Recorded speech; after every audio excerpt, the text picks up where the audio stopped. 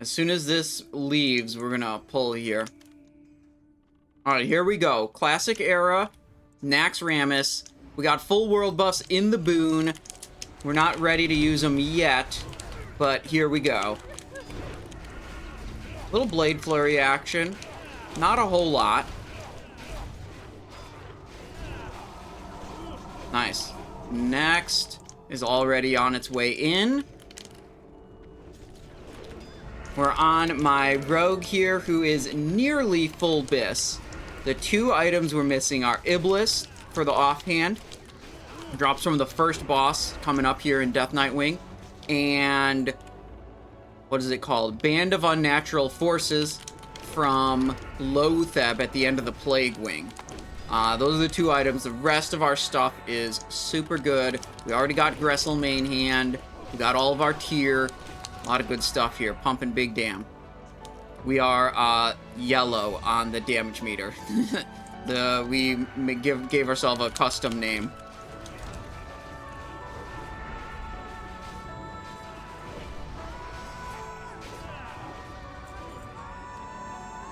Alright.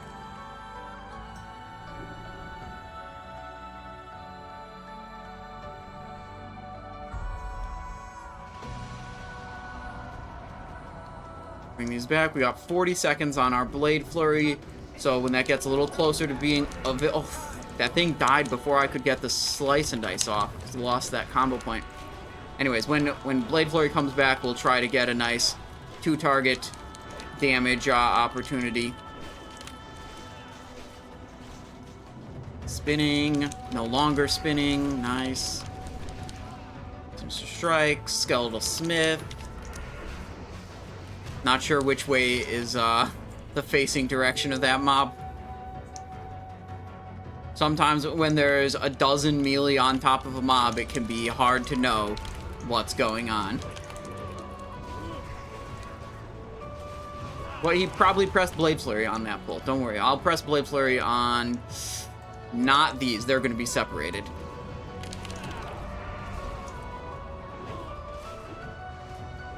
Look, you can't win on literally every trash pull. You do sometimes lose. Back away. Slight. Oh, wait. Nope. Okay, here's the Blade Flurry.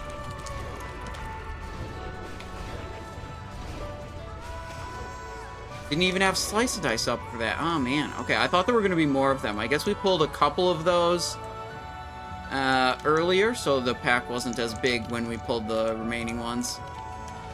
Alright. Here we go.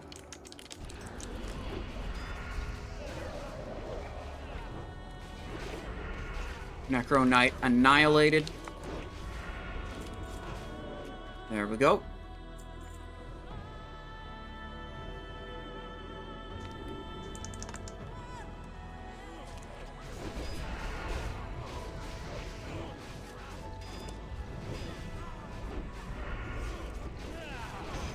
Nice 4-target sapper there, I'd say.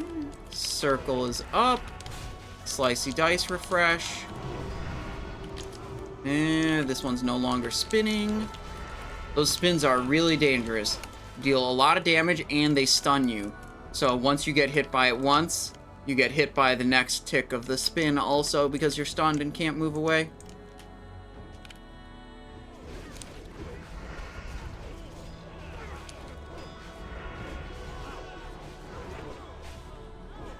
Back from behind the mob.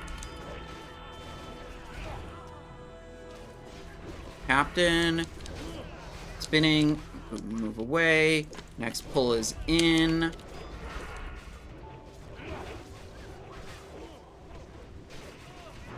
Easy peasy. Still got that slice and dice rolling. Alright, what's coming up? What's coming up? Keep them coming.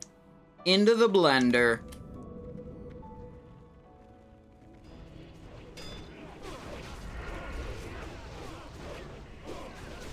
We got a Blade Flurry available here. I don't think it's quite good. But we got ads, they said. I don't see where the ads are. Oh, it's the summons they mean, not... Okay. I was confused by what was said on the voice chat here. Alright, a couple deaths, so they're probably going to take a moment.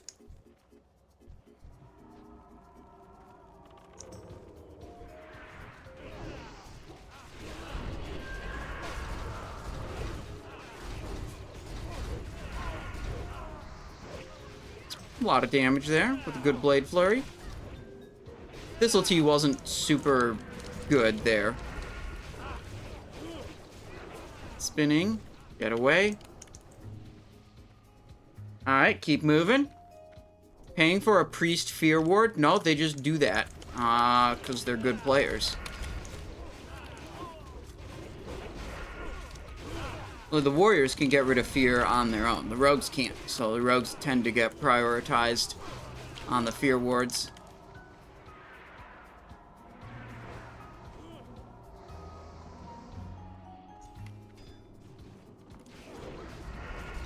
Got the Slice and Dice off of that, moving into the next pack.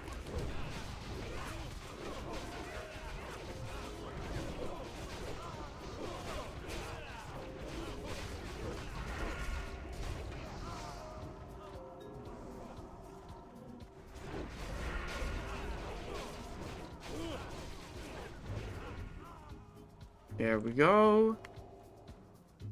Alright, pretty good, pretty good.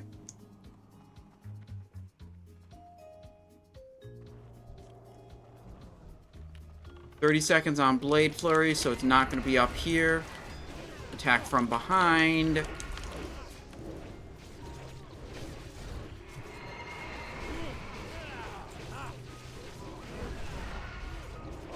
Good.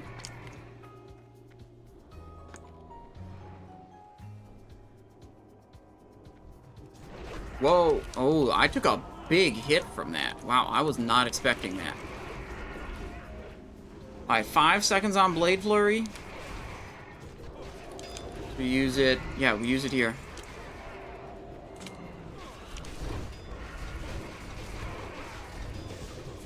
Vanished.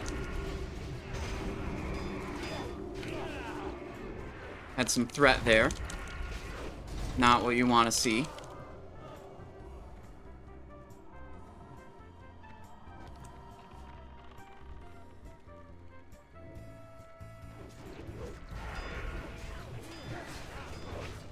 Over here.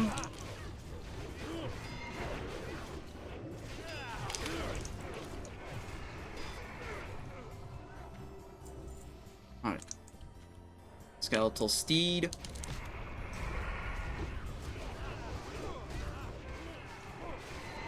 Did Signet of the Traitor King drop? No. Oh, is the prediction still up? Yeah, that did not drop.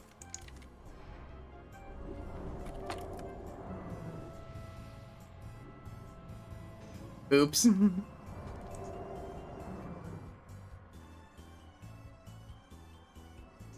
There's a lot of warriors. Yeah, that's classic era raiding for you. Gave it a little bit so the tank could pick up the mob. Do a dynamite here on 3 targets.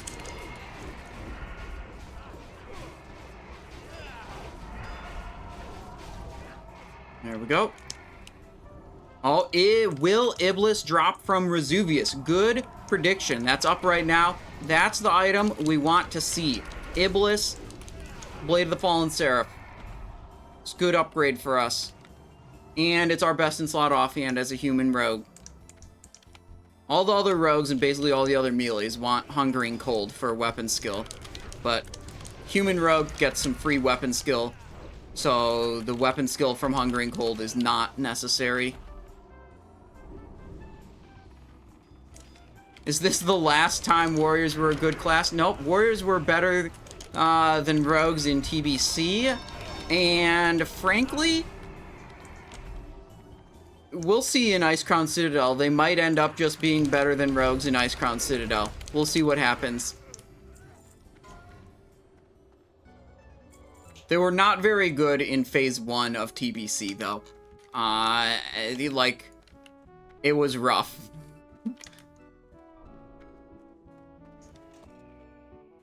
Equip Battle Chicken. Eat food.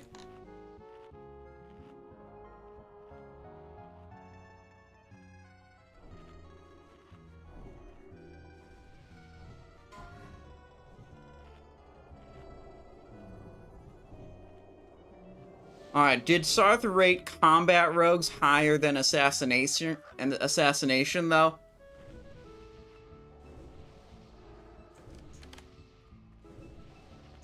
Alright. Alright, you gotta put them at least on the same tier.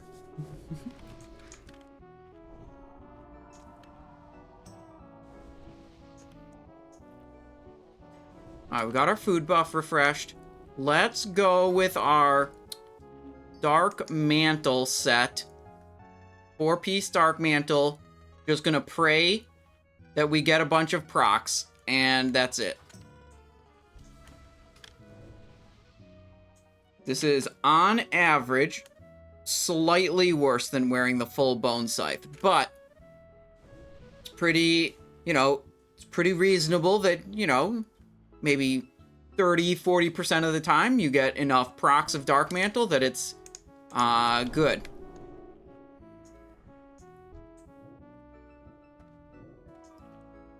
Saw a bunch of other people summon. 5, 4, 3, 2, 1. Alright, we're waiting.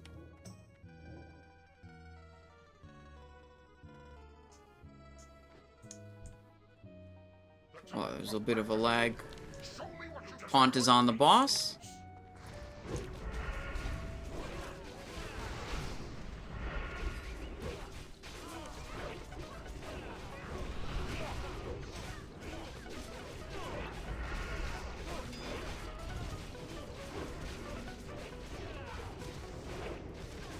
Ooh, there's our first Dark Mantle proc of the fight. There's another one. It's a decent Thistle Tea. Move slightly. The boss did spin a little.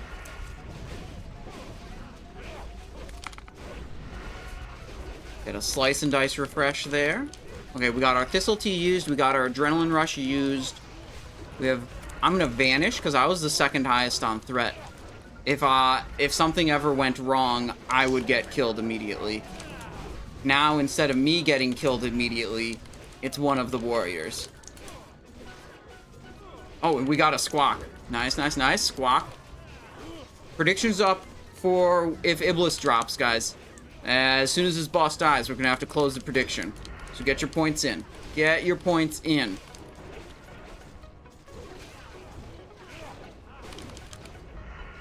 Four, 5. Ooh, there's Dark Mantle. Okay. 30 seconds on Blade Flurry and Kiss. I was banking on a Remorseless proc. Alright. Yeah, I dropped Slice for like a second at the end. I think that was actually correct to drop it there rather than spend resources refreshing it.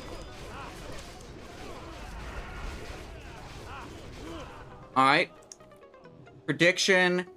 Choose outcome. What do we get? Turn back while there's still time. Ooh, awkward. Desecrated Boots plus Signet of the Fallen. Yikes. Yikes. Weird. Not Iblis. Yeah, that was a good Resuvius. Look at that. Yellow's pumping. 961 DPS. 955. Pretty good.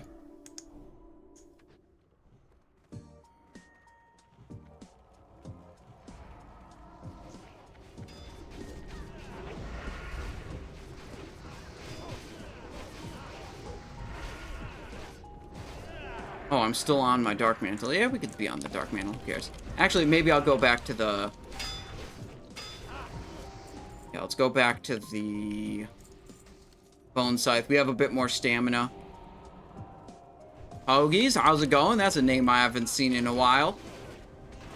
How you doing?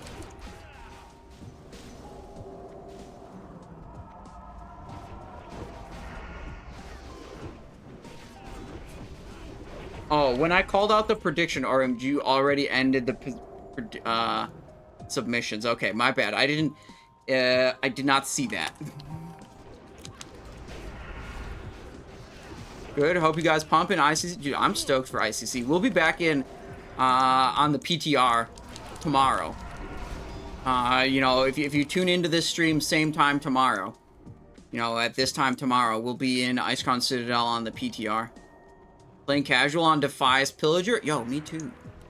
I play like once a week. My rogue's level 27. Big owner, of course. Died on your 57 hunter. Oh no, was it a glorious death or was it an embarrassing death? You can lie and say it was glorious if it wasn't, and I'll believe you.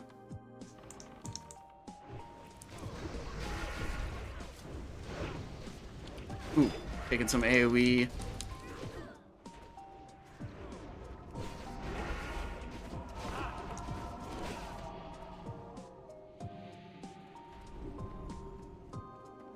That Tyrion quest in EPL after you kill the dogs / bats / worms. The grave ambush? Oh. Yeah, what I would do is I would just vanish or feign death. And then just walk away. Let Tyrion deal with it. Not my problem. Pet death and feign death resist? Oof. That's a oof. That's an oof.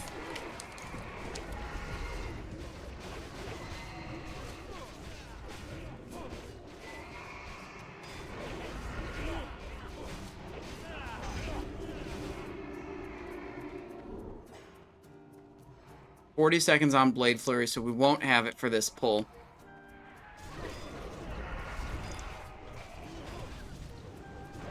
Chain Explosion.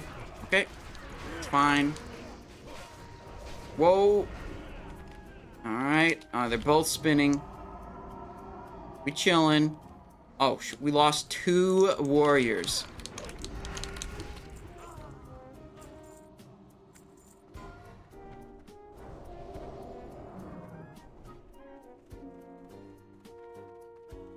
Alright, we go on dead side.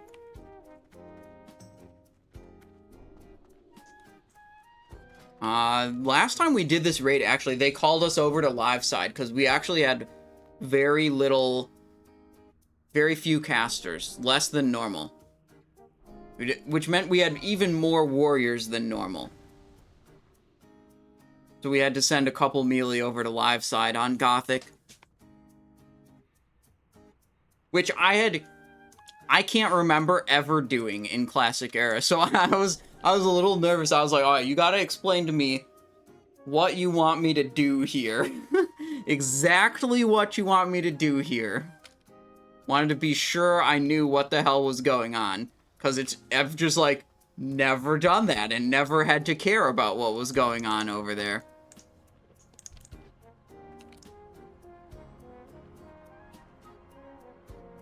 Popo the Warlock? Oh shit, it's Popo the Warlock.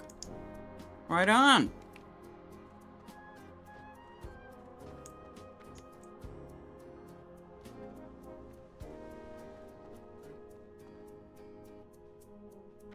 I can go.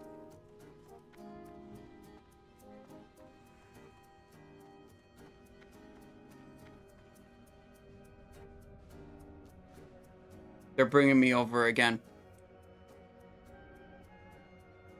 Alright, and what exactly did you want me to do here?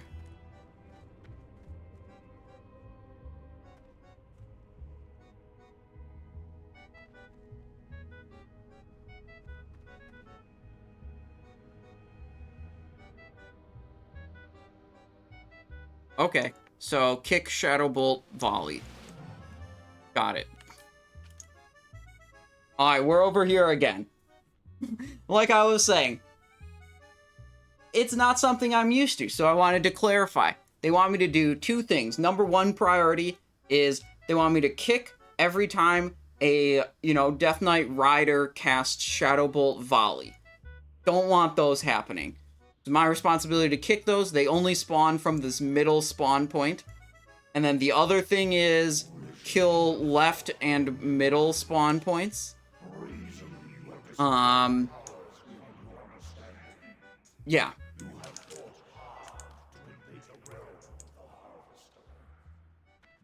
I think we want to have this pet be closer. The pets are stationed there to absorb charges from some of the mobs that spawn. So I think as long as we're farther away, we don't get targeted. Alright, we're explicitly not supposed to attack these so that the warriors can get rage. Yeah, if you're on Undead side, the horse has a really nasty stomp that can do a lot of damage, and then it puts a slow on you for 10 seconds. But, sounds like we won't be dealing with that. What we do get to do is, DPS Gothic before any of the other melees.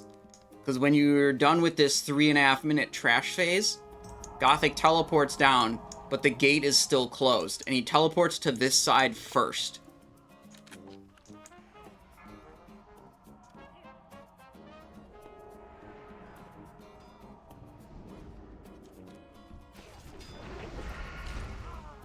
Alright, they said I should actually DPS some of these things.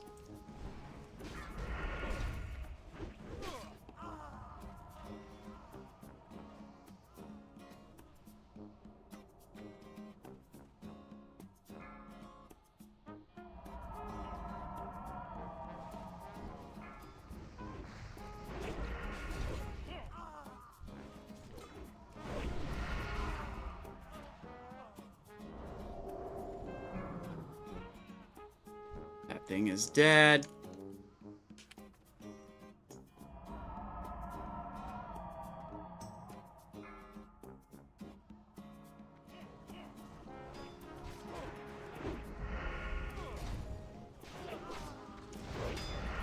Thousand damage sinister, not bad.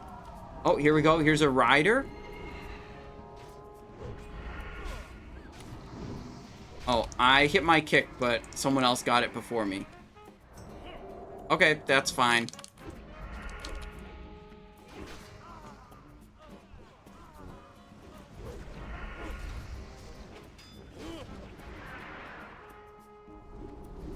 One thing shackled. Still playing hardcore? Yeah, just not that much. Usually try to get one hardcore gaming session in each week. Uh-oh.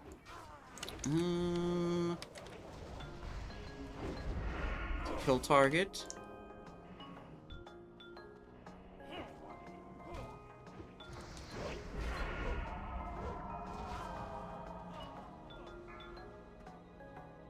There's a rider. I'm gonna get the... I got the interrupt this time. I felt bad because I didn't get either of the other two interrupts. I was just too slow with my button. The spells didn't go off. Other people just got the interrupt before me.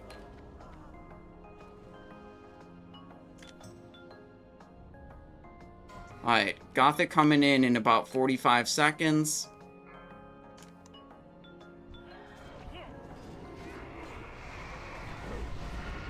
Ooh, too much threat. Okay.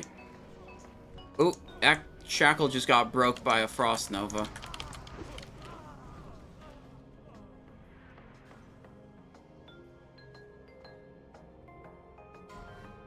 The first kill goes to me. And I think there's no more trash spawning. This might be a position where I can't Blade Flurry. Where's the boss gonna spawn? Who's here that I think knows where the boss... This guy knows where the boss will spawn. Yeah, I don't think I can Blade Flurry here. It's over. That guy. Now I think I can Blade Flurry safely.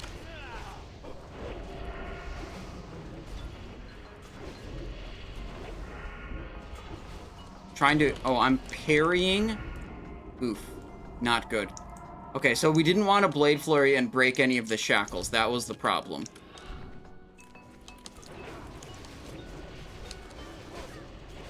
Alright.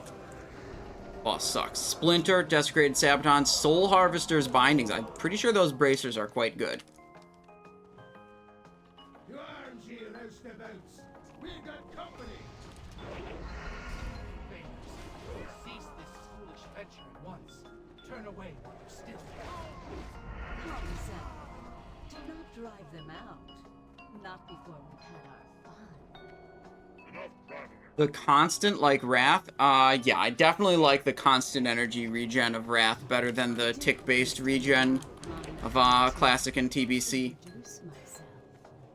Definitely prefer the constant regen. This like, waiting 2 seconds to get a big chunk of energy is kind of frustrating to deal with. for your sniveling. Shut your fly trap before I shut it for you. Alright, we'll get another food buff here. Food buffs last 15 minutes in Classic. Actually, there are some that even last less than that. But the one I have lasts 15 minutes.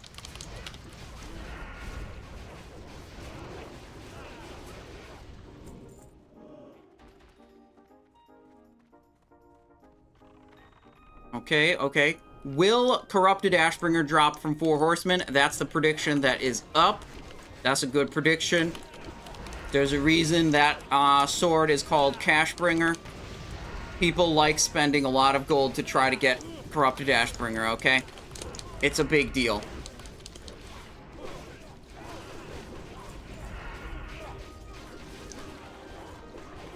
Alright, Blade Flurry just came back. We didn't have it at the start of the pull. So we'll have to try to do whatever, Blade Flurry on whatever the next good opportunity is.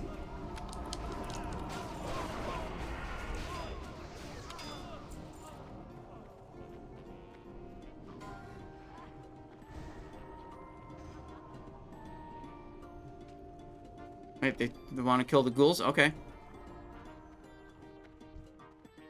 Well, this is our Blade Flurry opportunity.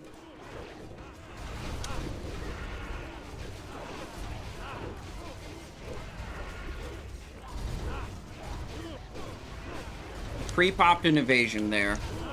Just because we knew it was going to be spicy. There's good odds that we rip threat with that Blade Flurry.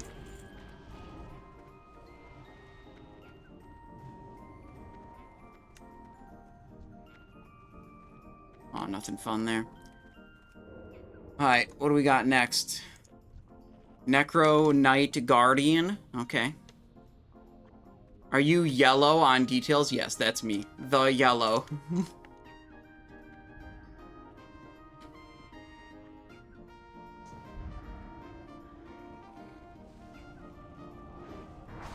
Alright, we'll just kill this one first because it's closer.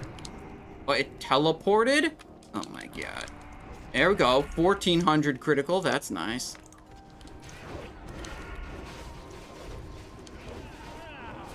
Another 1400? Again? Don't even have world buffs yet. Left side, they said.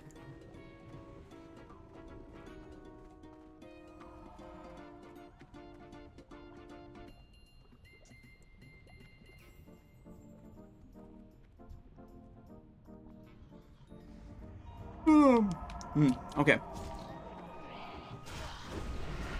A little weird on the positioning there, but we're good. Pulling these Gargs. Seen more points on a ZG Tiger? Dude, bro, guys, we get like 10 chances at ZG Tiger every week. We get 1 shot at Corrupted Ashbringer each week. I guess it's because, like, even if Ashbringer drops, I don't get it, right? Like, it's not loot for me. I don't know, it'd still be a hype to see it.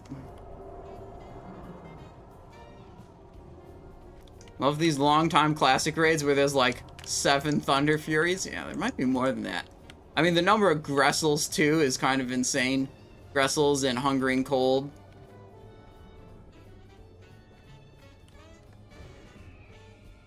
True, but what I need to do, Oraim, is I need to figure out...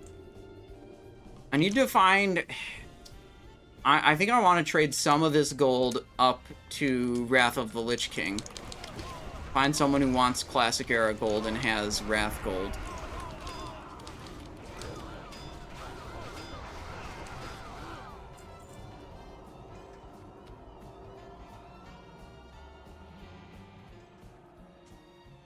Are we going?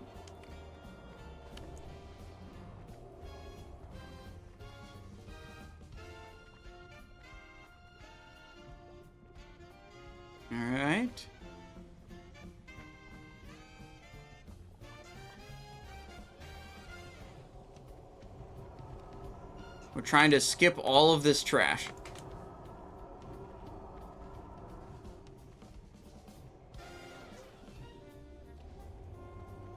They're not stacked on square like they said on voice chat. Okay.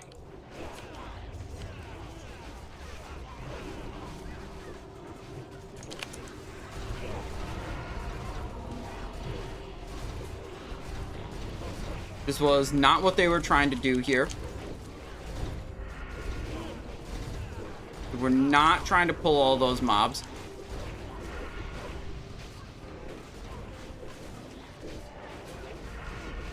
Gonna lose some people here.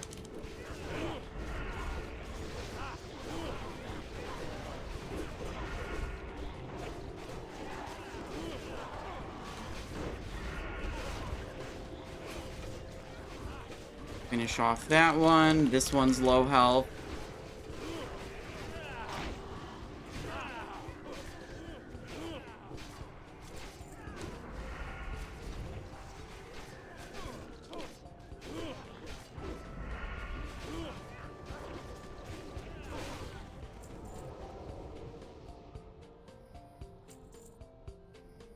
Oh. Sorry. They were saying that they needed a rogue ready to distract. So I like moved into position, and then like right as I clicked that distract, they said, never mind, don't distract. Oh, well, whatever.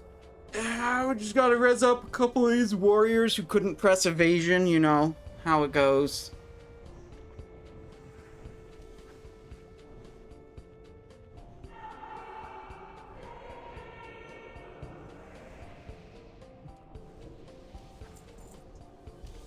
Alright, we keep going.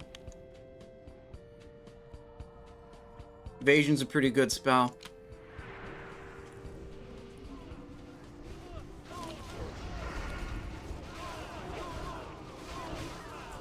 There we go.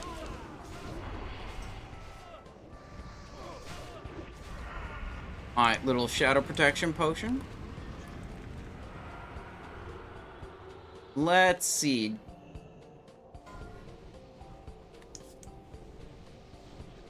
We will be unbooning for 4 horsemen, but they're gonna bid out all the Vesuvius and Gothic loot first. So we just chilling. What do we got? Signet of the Fallen Defender. This was the Vesuvius loot, aka not Iblis. We really wanted to see was Iblis. Desecrated boots going out. This is tier 3 for Paladin, Hunter, Shaman, and Druid. We're Alliance, so there's no Shaman. That's 600. You know, so the items that drop every week, like the tier armor, they usually don't go that high. Because, like, even though they're BIS for classes, it's like, it's going to drop next week too. And it's going to drop the week after that. It's fine. But, like, when you see something crazy, like Corrupted Ashbringer, Hungering Cold, Gressil, those things that are, like, 1 in 5 or 1 in 6 drop chance that are also good items, those tend to sell for a lot. Did you play much in the TBC pre-patch? Yeah, I believe the TBC pre-patch was the very first time I did GDKP with, was it fully rested at that? Yeah, it was fully rested at that point. Because my guild took a break for like 1 or 2 weeks. And I only had 1 max level character, so I didn't have any like GDKP ults back then. So I was like, alright, time to try a GDKP. And it was good. Anyone care to wager?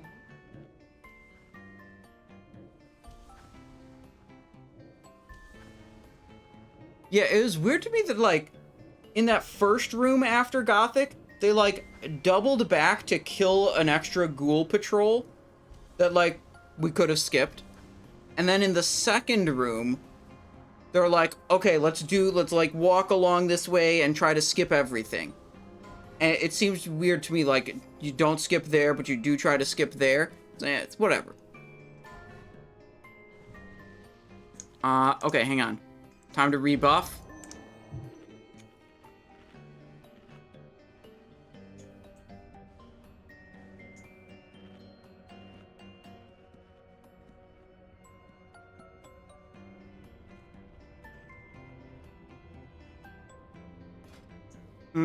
Should we go Dark Mantle or not? I've been doing Dark Mantle most weeks, just because it's fun to see the procs, you know?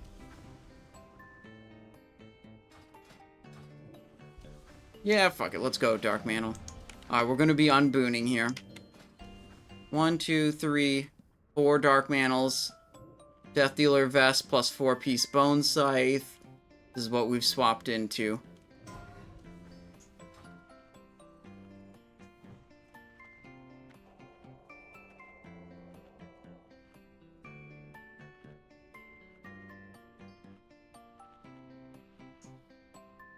Let's see. Thane Korthaz is going to be our first kill target.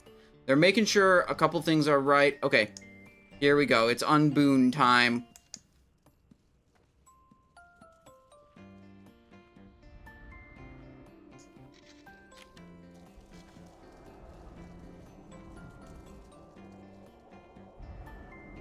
$15.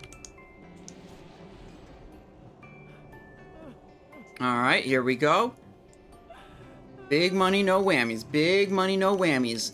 Let's not get killed by anything. Oh, I want to switch to this also.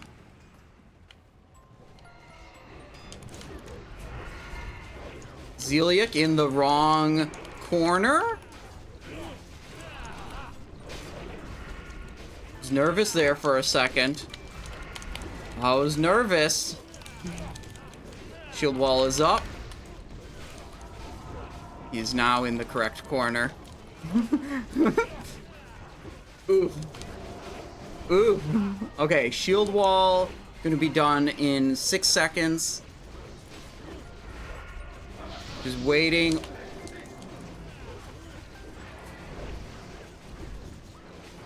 Have to kill this guy before we run out. Okay. We're not using our sprint here. We're going to use our sprint when we go all the way across the room. Mograine to Blamu. It's a longer distance, so sprint will get us more uptime doing that. I think. The reason I maxed out combo points on Thane a little bit was I wanted to wait to eviscerate until... that's a little unfortunate. I wanted to wait to eviscerate until after his shield wall faded. So I was just holding those points, basically.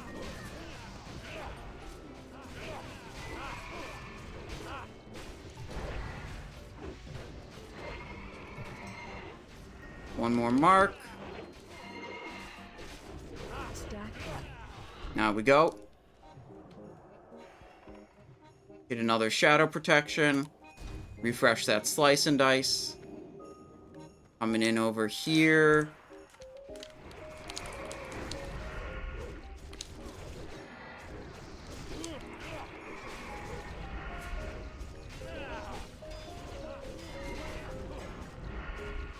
Now we got shield wall here.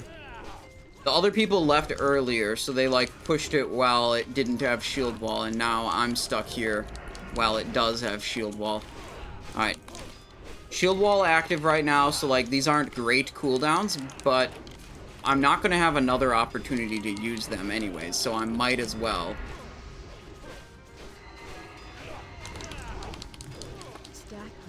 Alright, we get the hell out of here.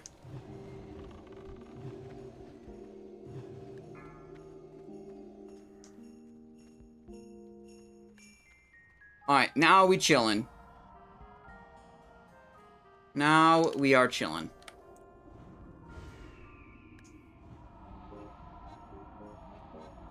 Would you have left if Zeliek beamed the raid?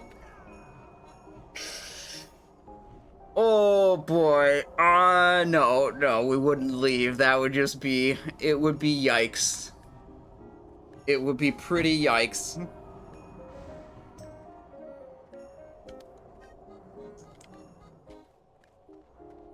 we gotta... Look at that. Blamu got out of position. I had 4 marks. A 5th mark would have done a lot of damage to me. So I backed off to make sure I didn't clip an extra mark there while Blamu was out of position.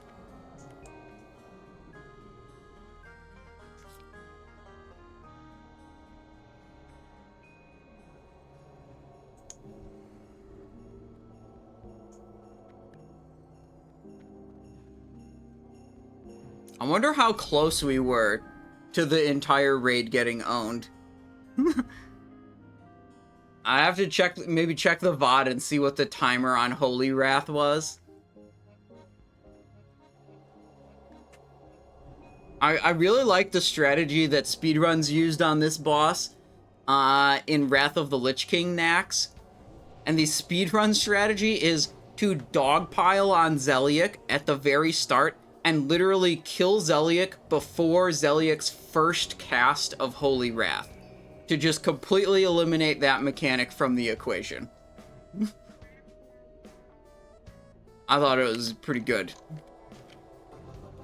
Okay.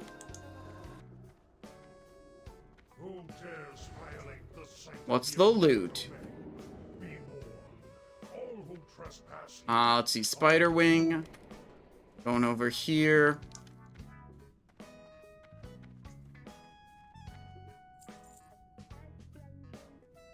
Desecrated breastplate, soul string, desecrated tunic. That's a no on the cash bringer. Corrupted ash bringer drop from 4 horsemen. No. Unlucky.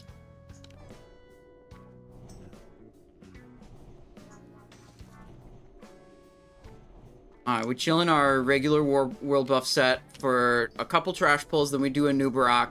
We're gonna leave the 100 attack power stones on for a Nubarak, because a Nubarak's undead. And then we'll switch to crit stones after a Nubarak.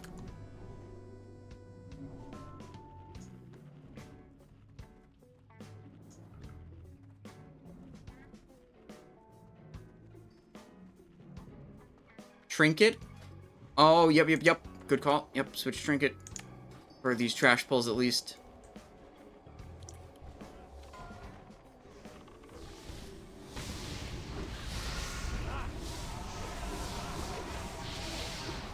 A little bit of damage.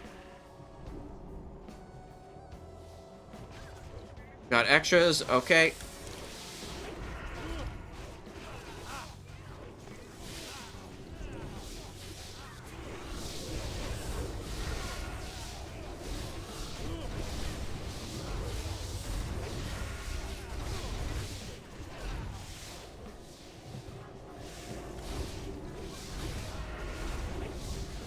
What's going on? Are they taking it around the corner? Okay. Okay, big scary guy's dead. Okay. They were not intending to pull all that.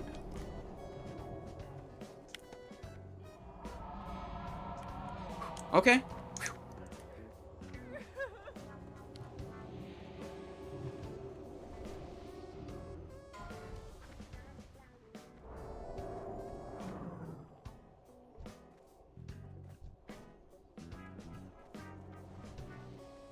I was a little worried because, like, we were at 5k health for a while and we're not copping a heal. So, like, I was trying to, like, hold him back and being like, man, I don't want to die here. Log damage. Burger Boy coming in with a tier 1. Thank you for 15 months. Long-time supporter of the channel. Glad you're still enjoying the hanging out in Simon Town. Burger Boy says, been enjoying Classic Era a lot on my T3 Rogue as well. These GGBs are pretty nuts with the pots. Yeah. Yeah, it's kind of insane how much gold people have sitting around in Classic Era.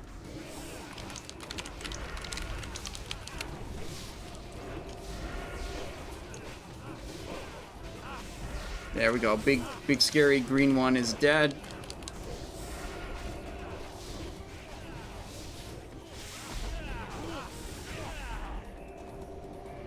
Gonna have chicken equipped here so it can be ready on the next, for the boss, basically, so we don't have to wait another 30.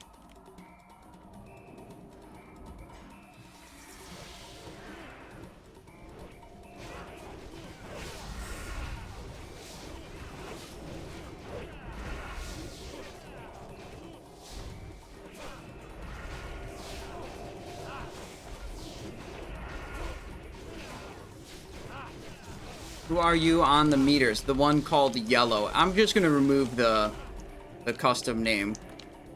Let's see. It's confusing to too many people. Settings, nickname, reset nickname. There we go.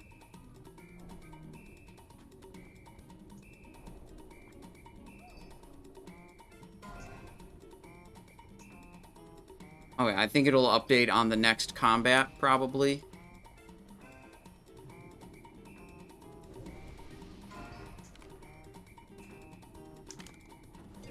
Two, three. Yep, okay, we got the right buffs. World buff Dark Mantle gear set. Okay, we'll need our free action potion. That's fine. We'll do a battle chicken and swap it into... That's good. Like this.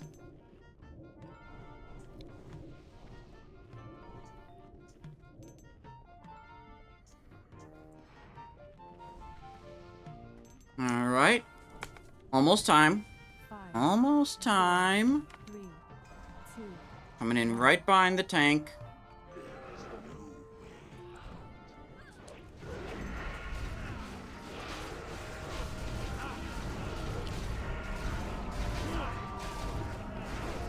We don't have adrenaline rush here. Oh. Our adrenaline was used on that kind of scary trash pull, so that makes sense. But it does make our Blade Flurry pretty weak. Move to the side. We don't have FAP anymore, so if we get webbed again, we're going to be actually factually immobilized.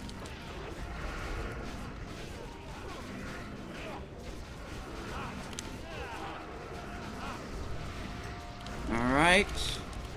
Down to single target. Yeah, it was a little disappointing without an adrenaline rush in the Blade Flurry.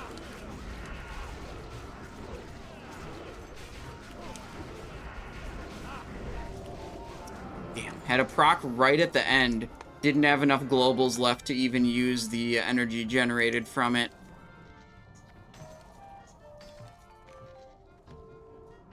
Reboon. Okay, that was... Reboon was called. Alright, put the buffs back in the bottle. There, and switch to elemental sharpstones for the rest of Spiderwing here. 1, 2. Here we go.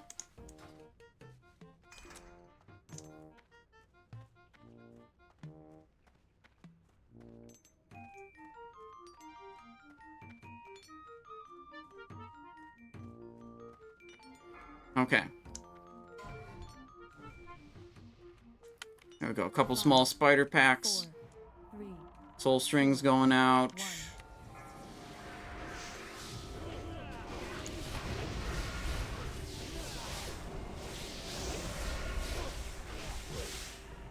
Soul string at 2k. Not bad. I didn't expect that to. I mean, I wouldn't have been surprised if that got disenchanted. Just like not that impressive.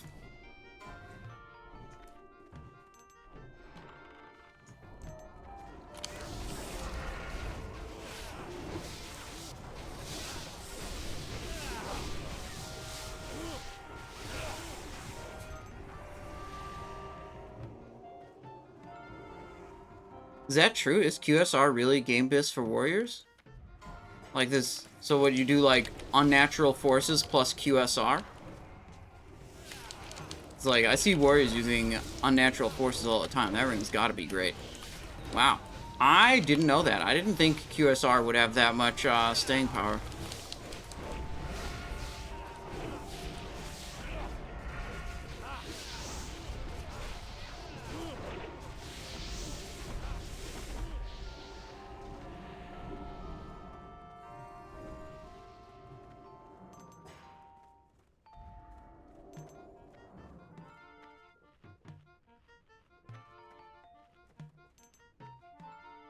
There we go. Green guy's running away. Let's see. No sapper, but we do have a dynamite to throw at this pack.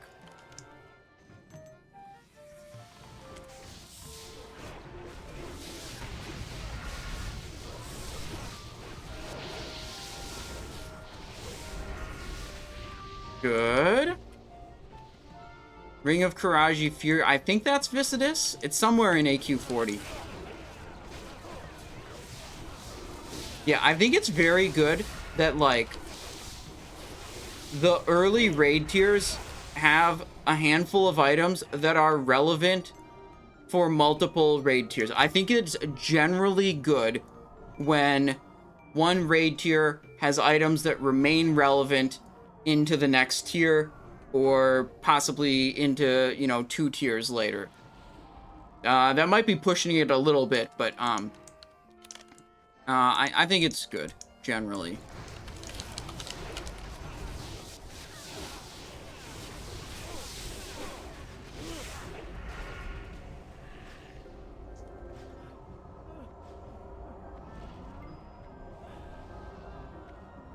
Alright, it's gonna be Venom Stalkers. You know what that means. It's gonna be a thick Blade Flurry.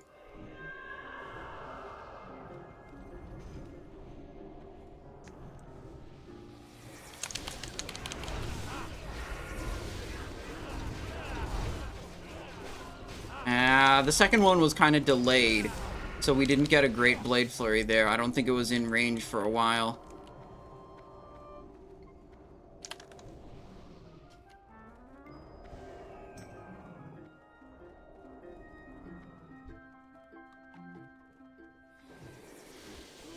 Alright, Venom Stalkers. I don't know why my character was going the wrong way. Little dynamite. Oh boy. Alright, that was actually perfect. They both charged the hunter. That's intentional. The hunter was positioned and everyone else was stacked. So that's what we were trying to have happen.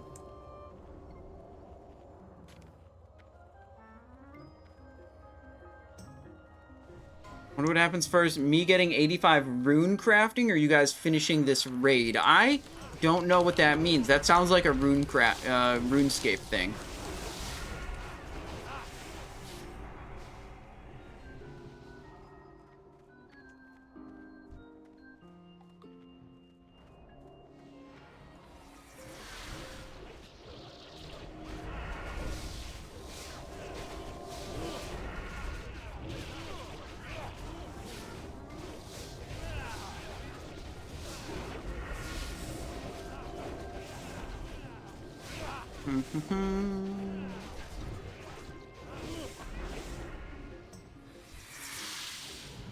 So normally we have our buffs back in the bottle right now. No world buffs out. We will normally clear as much trash as we can before Fairlina. Then unboon, pull Fairlina, and keep the buffs active the rest of the raid. Unless you die. Unless you die, obviously. Big Blade Flurry here. This will be a good one. These mobs are going to live for a while. A little dynamite. Yeah, clean Blade Flurry there.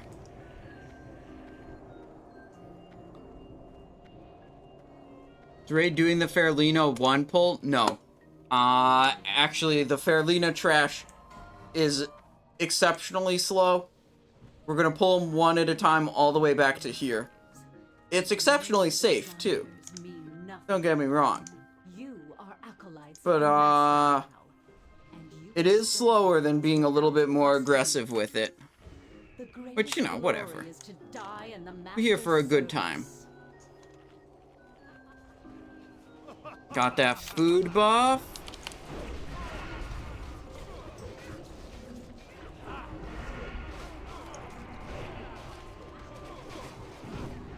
Oops, okay. Didn't get that kick properly.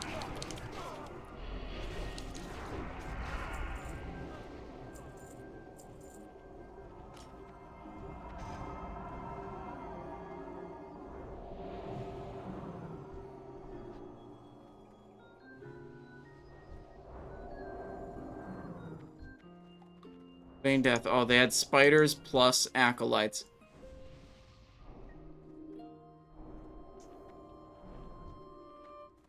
Alright. There are actually 2 rogues in this raid, that's true.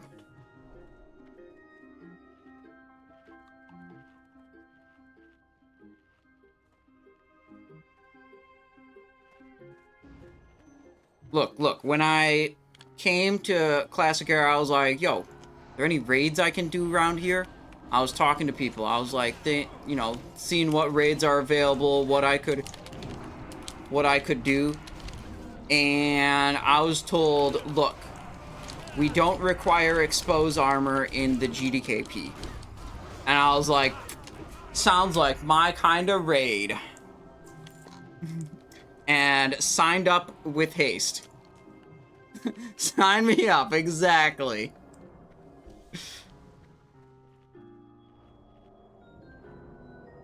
Alright, spiders coming in. Imagine if we had Fan of Knives and Fell Striker right here. It would be crazy.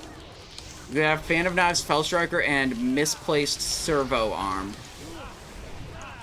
That would be lit. Actually, we could have Grand Marshal's Claw also. If we had rank 14. Not exactly easy to get rank 14. Actually, it is now. They changed the honor system in Classic Era. It's no longer competitive with other players on your server. There's fixed benchmarks of amounts of honor you need to get to rank up. And they also greatly reduced the D-ranking, the rate at which you D-rank. So it is generally just easier to get, you know, high PvP rank gear on Classic Era now. Easier than it used to be when the system was competitive.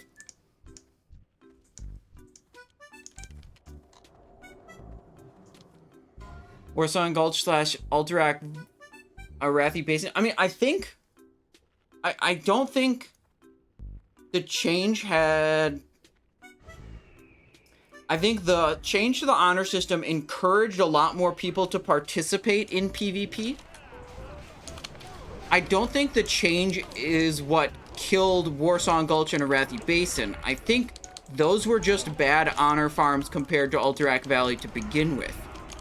And now that more people are interested in farming honor, you just see them choosing the most efficient option. So I don't think it's the change to the honor system that ruined Warsong Gulch and Arathi Basin. Like, they were always worse honor farms.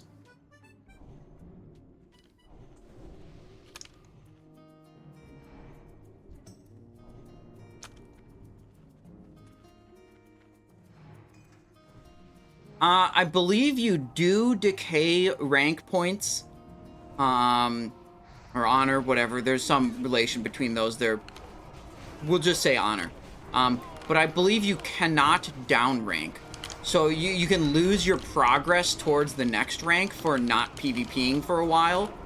But I don't think you can only go to like 0 out of 100, right? Like, or whatever the limit is. But you'll never actually downrank. Every rank up is like a permanent benchmark.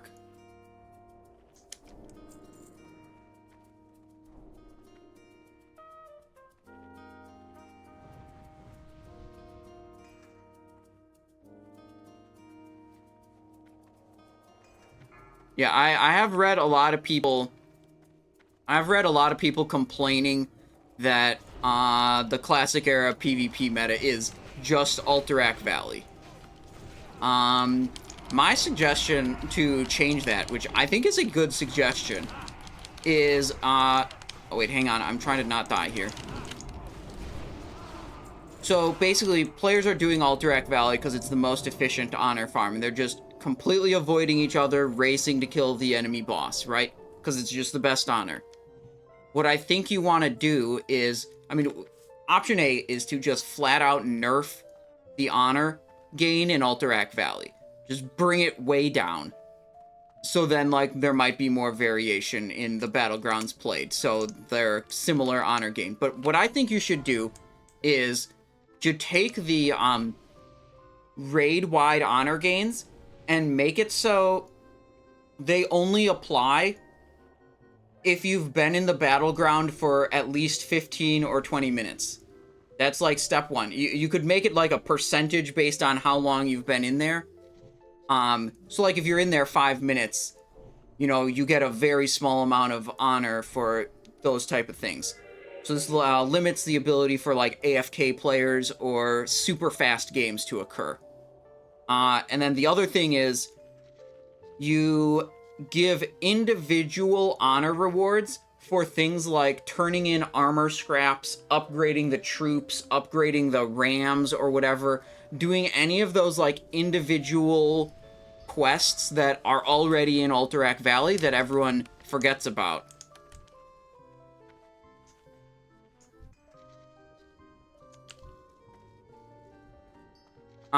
So that encourages the individuals to participate and do the systems in the game.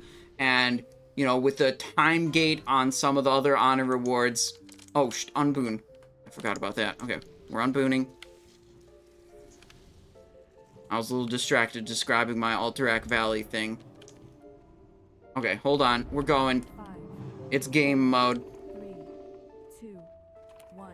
Slay them in the Master's name.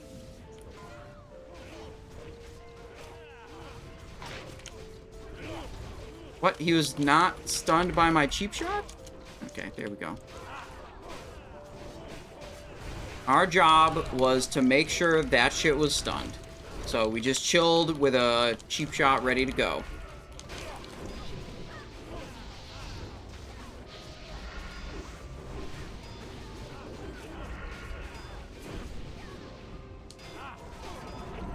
There we go.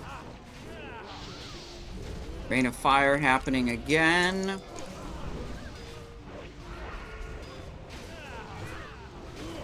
It's a Thistle Tea. That was actually a bad one.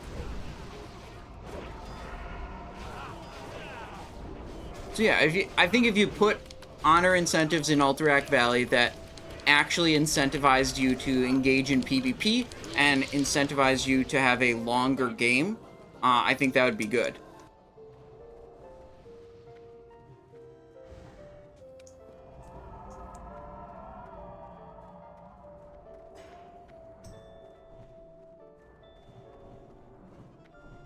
Oh, we have the wrong trinket on for that, huh? Oh well. This doesn't do anything against Fairlena. We're gonna have to remember to flip it to Drakefang when we pull Maxina. But the trash from here to Maxina is mostly undead, so we do want Mark of the Champion.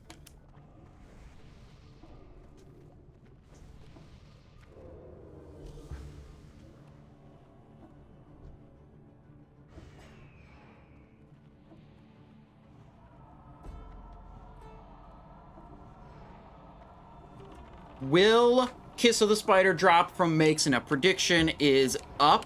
That's a good one. That is a good one. Way better than Wraithblade, okay? Who cares about cringe caster loot anyways? Let's be real.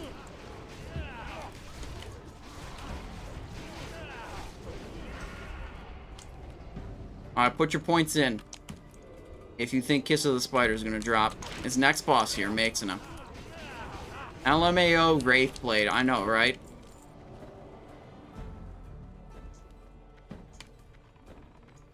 Acolytes Humanoids. Technically, this is a Drakefang Talisman pull.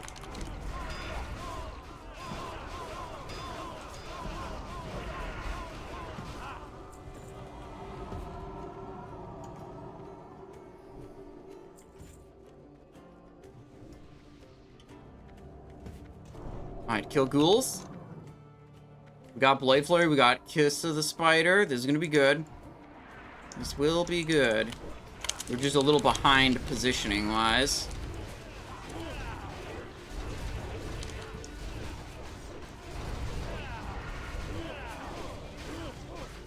Not bad. Not bad. Okay.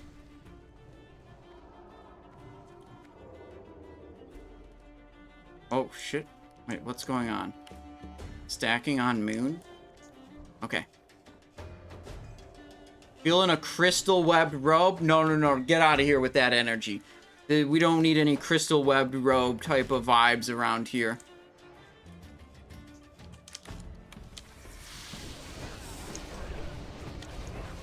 Hesitated a little bit, make sure the tanks could pick it up.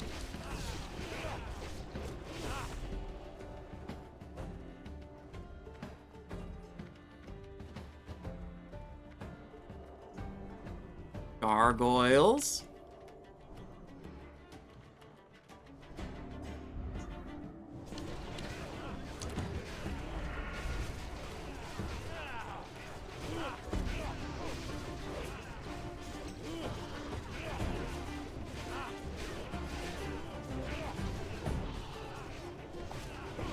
Listen, listen, the strategy, Oraim, is as soon as Hygen dies, I will reboon my buffs, and then they'll take 4 minutes explaining Lotheb and making sure everyone knows knows their assignment, and then I'll unboon, so I have 3 minutes of rend buff on Lotheb.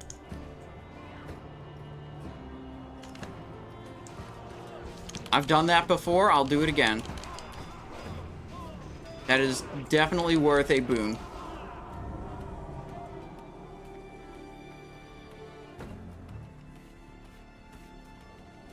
Alright, we're trying to skip again. Raid Leader says, trust me, this won't be like last time we tried to skip. And I think he's right. And I think he's right. I think we're through. With no problem. Nice.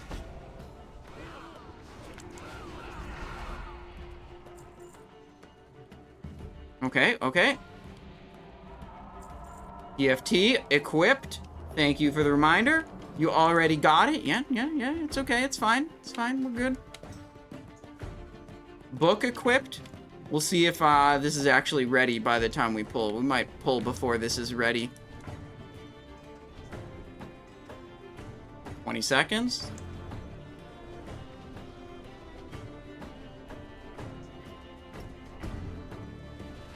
Oh, if there's a ready check going out, oh, yeah, we got this book. Book summon. We're gonna get the skeleton.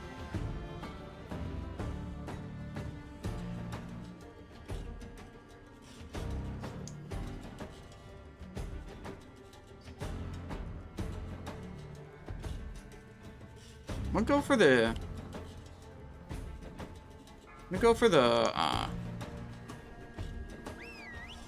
Dark Mantle. Here we go.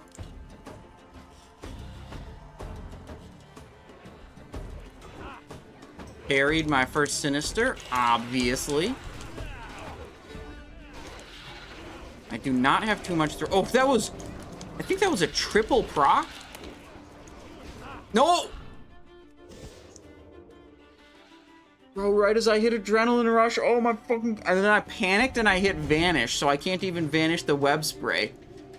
Adios, you guys. Yikes.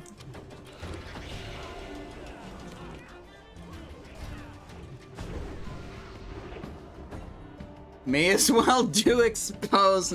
I don't have it talented, so I actually can't. Without the talent, 5-stack Sunder is stronger.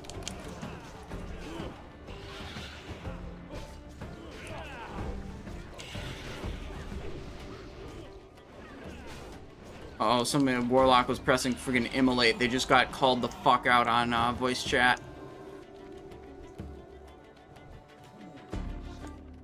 Maxina's Fang is the drop. No Kiss of the Spider. Unlucky.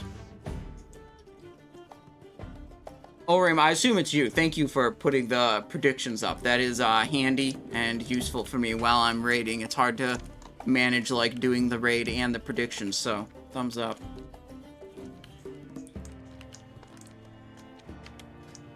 Alright, we go back to plus 100 attack power. And we can go Mark of the Champion. We're going into Abomination Wing now. And we'll go with full Bone Scythe on the trash here to have a little extra health. This will be a free action potion on this first pull, and we'll use some more to other patchwork stuff.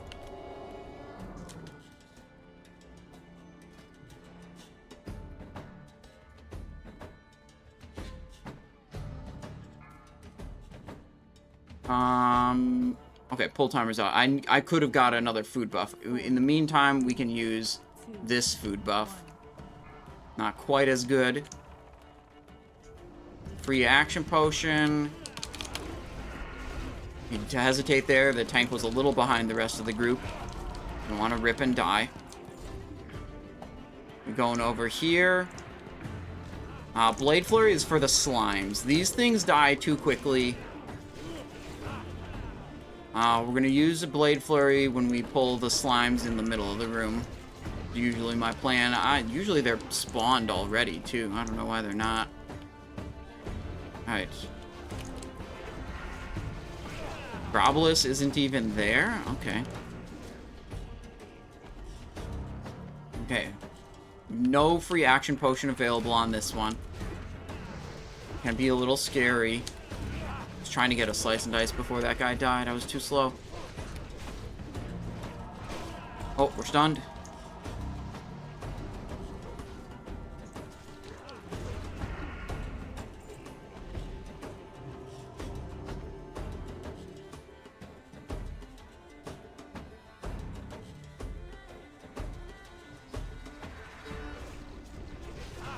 Yeah, the patchwork loot is pretty mid. You could gamble on the number of Dark Mantle procs that I get on Patchwork. 1 week I got 12, and that was like a 0.5% chance to get that many procs. And another week I got 1. Probably, like 7 or above is a good prediction. 7 and above, or 6 or below. Counting the Dark Mantle procs.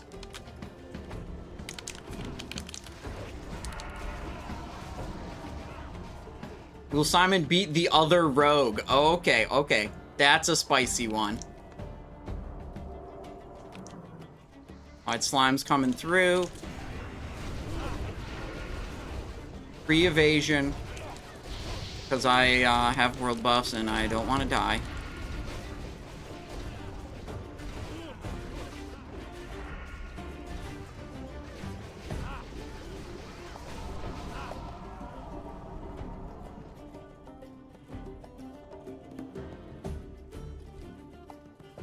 Can you boon in era? Yes. Yes. Chrono Boon Displacer is in Classic Era. Remember that time you tanked 2 Death Knight Cleaves to the face and got mad that you got bopped? Yeah. Me and Paladins have a long and complicated history, specifically relating to Blessing of Protection. Sometimes I trust the Paladins, and then I don't put Cancel Aura, Remove Bop in my auto attack. And, you know... Remember that time Meba bopped you on Gruul during full cooldowns? No, actually, I don't remember that one. I remember a lot of bops, but I don't remember that one. There's one time where a bop removal screwed me, though. In the Sunwell, in a Sunwell speed run. We were going between Muru and Kill Jaden. And there's these giant robots. They choose a random person in the raid, and then they have like a 3-second cast time charge. And for that person to not get one shot, they need to get bopped. So the robot chose me. And then it charged, and I died. And I immediately was like, hello, bop? Like, come on, Paladins? Well, what actually happened was the Paladin bopped me, but I was just mashing my attack button that had Cancel Aura Bop in it. So I got bopped, canceled the bop, and then died to the charge, and it was entirely my own fault.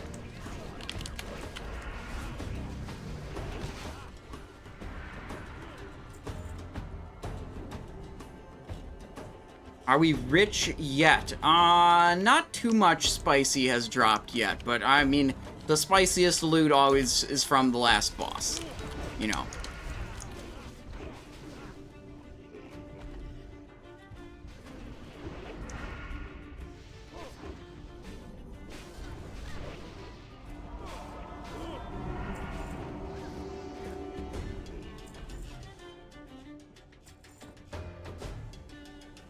There was another time on Illidari Council, which has like a whole bunch of AoE. At this point, I did not have cancel or a bop in my auto attack, or my like main attack button. And we were doing that boss, and one of the paladins in my group bopped me. And I couldn't figure out why my attack button didn't work. Like, I was pressing it and my energy wasn't going down, and I was in melee range. And I was like momentarily mentally stunned, like trying to figure out why the hell my attack wasn't working. And in that moment of being mentally stunned, I got a blizzard on me, which ticks for like 3,000 or 4,000 damage, which is a lot in TBC. Or maybe it's even more than that, I don't know. It ticks for a lot of damage, and I died because I was standing still trying to figure out why my attack wasn't working.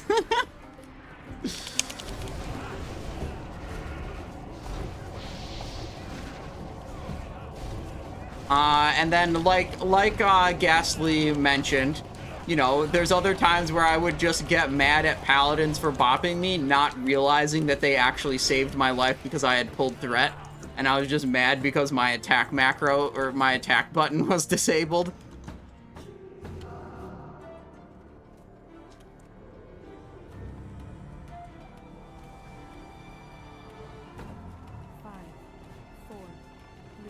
Yeah, there were a couple times on Illidari Council where I was using the PvP gloves that gave Deadly Throw and Interrupt, so I could interrupt like every other global, like for the whole fight. And that mob casts a lot of friggin' spells. So it can be really handy. It like totally griefs the rogue damage up. You do no damage if you do this. But you sit there and like, if kick's available, you're in melee attacking. If kick's not available, you get one combo point on the target and you back slightly out of melee range. And then as soon as it does a cast, you do a Deadly Throw. And if kick is still on cooldown, you dip into melee range, generate one combo point, then quickly back out. And you just had unlimited interrupts. Like, Deadly Throw had no cooldown, it just had the combo point requirement. So you could interrupt all of the spells.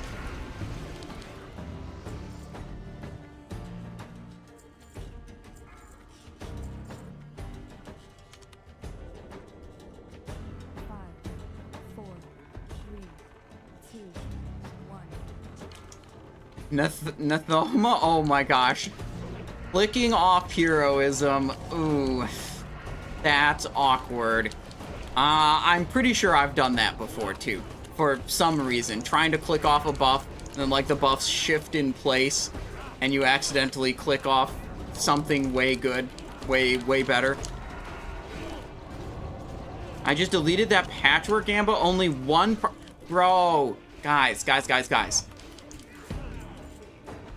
Okay. Too competitive of a Gamba, I guess.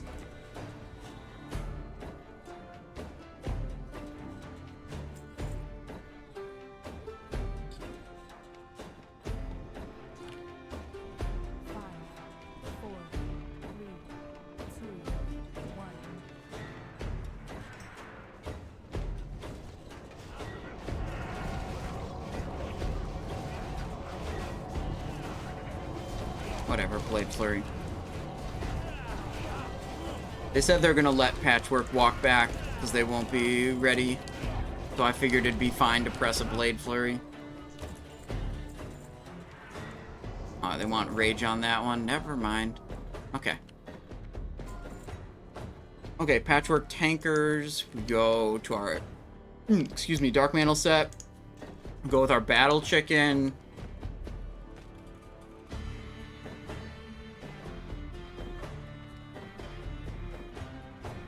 What do you guys think of this music track? It's been playing for a while. It's League of Legends Bilgewater music mix. I kind of like it.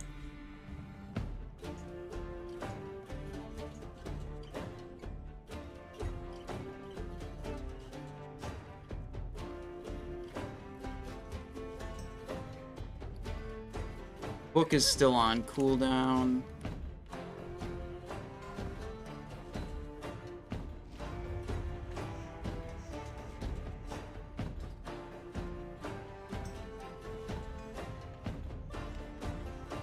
So we'll have full world buffs. War Chief's Blessing. Oh, wow. Songflower Serenade. Spirit of Zandalar. Rallying Cry of the Dragon Slayer. Moldar's Fengus Ferocity. Oof. It's so good.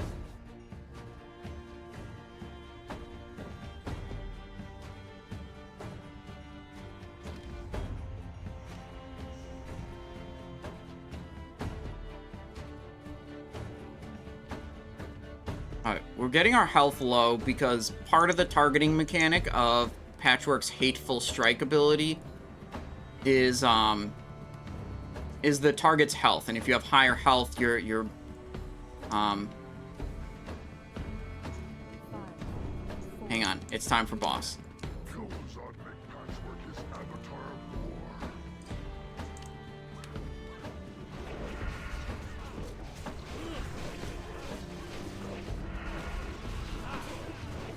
Looking at the threat meter, I do not want to be in the top 3 of threat. That's big dangerous if we're in top 3. Which we might get up to being there.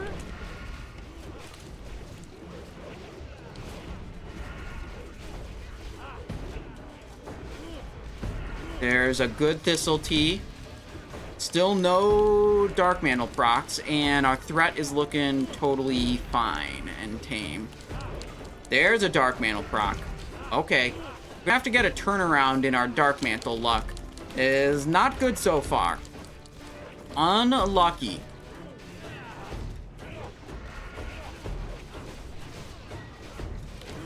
Bro, we need more Dark Mantle procs if we're gonna beat this route. We're low rolling here, okay?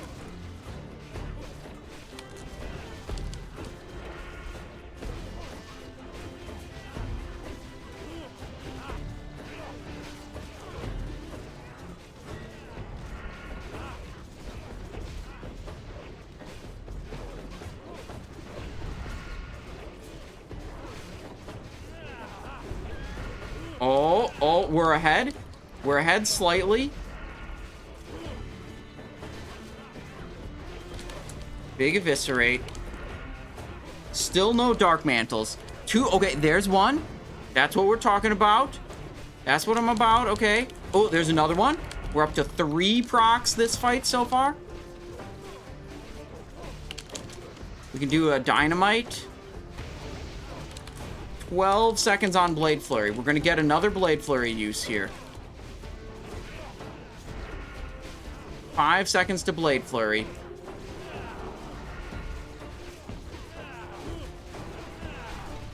There we go. Oh, we're getting gapped. Some of the warriors are starting to do executes. We got so unlucky. We did beat the other rogue, though.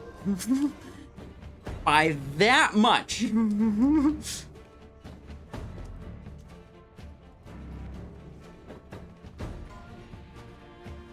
That was very unlucky with the Dark Mantle procs.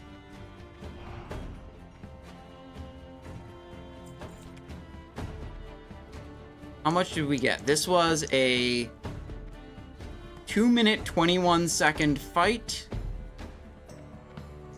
And we got 275. Oh no, that's Relentless Strikes. 175 Rogue Armor Energize. 175 over 35 is 5 procs. That's below average. Not a lot below average, though. Definitely below average.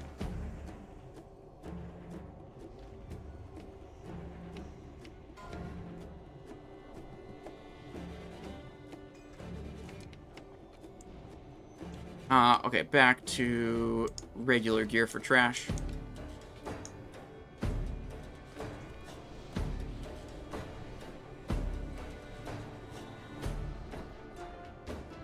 Wonder how close that is. It's less than 1,000 damage difference.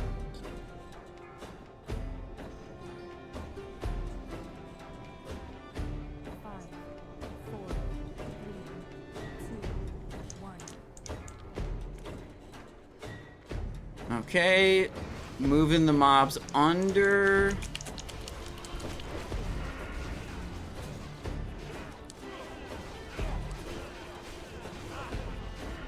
Good blade flurry damage there, I think.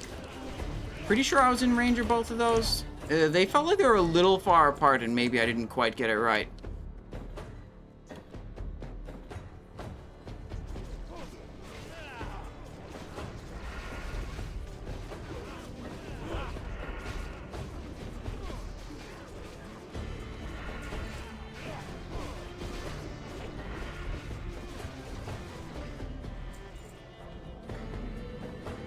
Alright, food buff. There we go. We have... Wow, we're out of a couple consumables. I probably didn't have a couple of the consumables for... Wow, wait. We don't even have our goose. Oh, shit. We probably fucked ourselves on patchwork. I don't think we had some of the... I don't know. Might have been missing quite a few consumables there. We got them all back.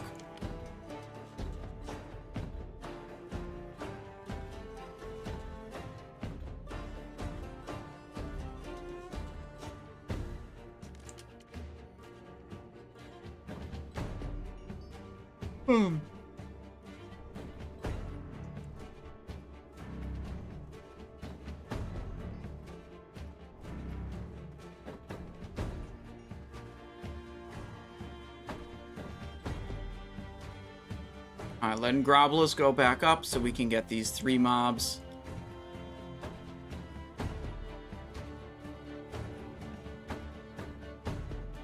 Damn, if you're lucky, you could get knocked up in the air by these mobs and land on one of those platforms up there. That would be crazy. I don't think they lead to anything, but it would just be neat. Look like platforms you could just walk on, you know?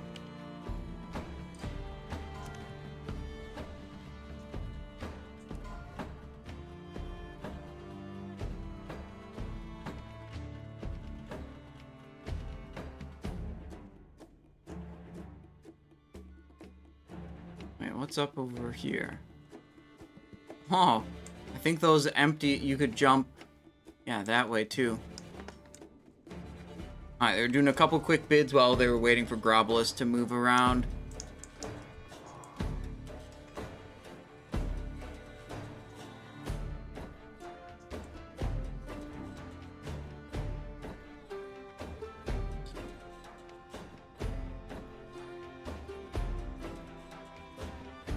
That hunter pet is dead for sure.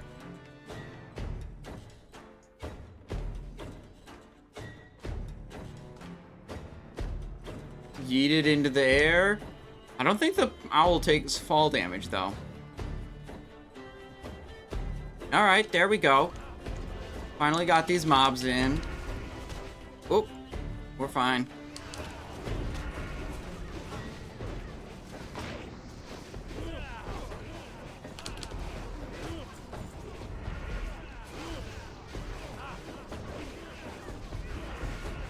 Just auto-attacking here, letting the warriors get rage.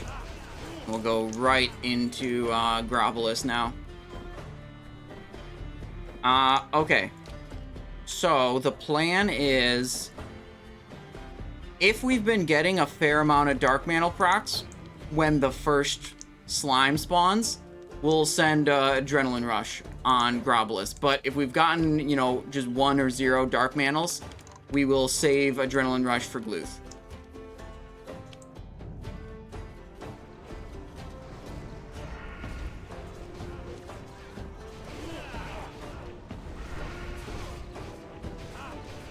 So far, not nice. We won't be able to adrenaline rush both of these. That's the thing. Because the bosses are too close together.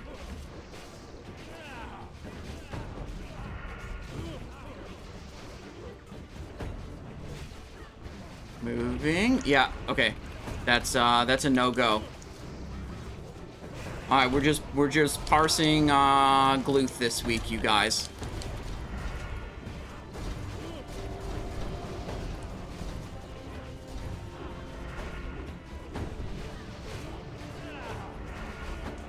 I mean, now we started getting a fair number of procs, but it's too late. We made the call already.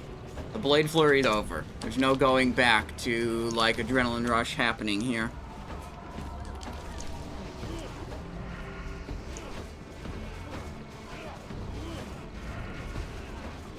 Fallout Slime number 2. I feel like the DPS in this raid is a little lower than it usually is. I wonder if we need to equip, wonder if we need to equip the PvP trinket for Gluth. We're going to be able to Fear Ward 1, we're going to be able to lip the second one, but if DPS is low, we will have a third Fear.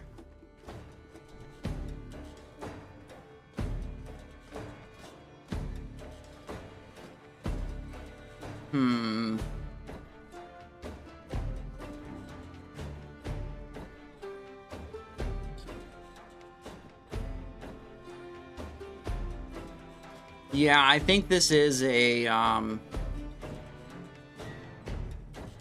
think this is gonna be a Insignia angle with the lower DPS this week, or what I think is lower DPS.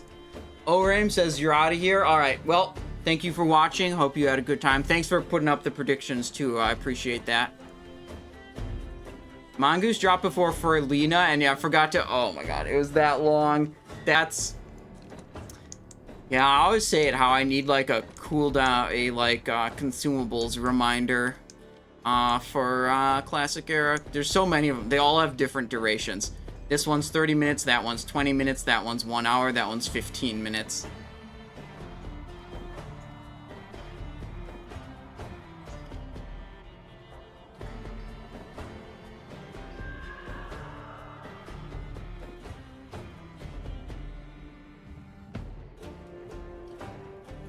Alright, we're going in.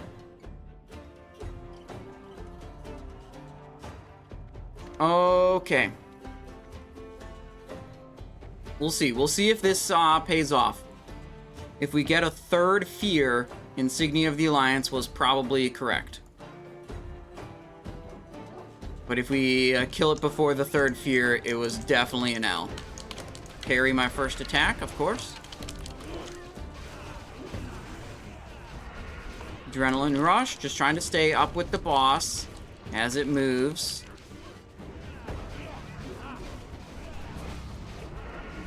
Okay, that's the first Fear. That ate up our Fear Ward. Wait, we just got another Fear Ward? I was not expecting that. Okay, we have another Fear Ward. So we don't even have to lip this one. Okay, Insignia of the Alliance was definitely an L. Chow's are, wait, he's healing. Wait. We're gonna try to lip this Fear. Lip is active. Fear's out, we lipped it, nice. That's good. Okay, so we did actually get 3 Fears. I was not expecting to get a refresh on my Fear Ward mid-fight, though. So we ended up in a situation where, yeah, we could have done Kiss of the Spider there, and it would have been a lot better.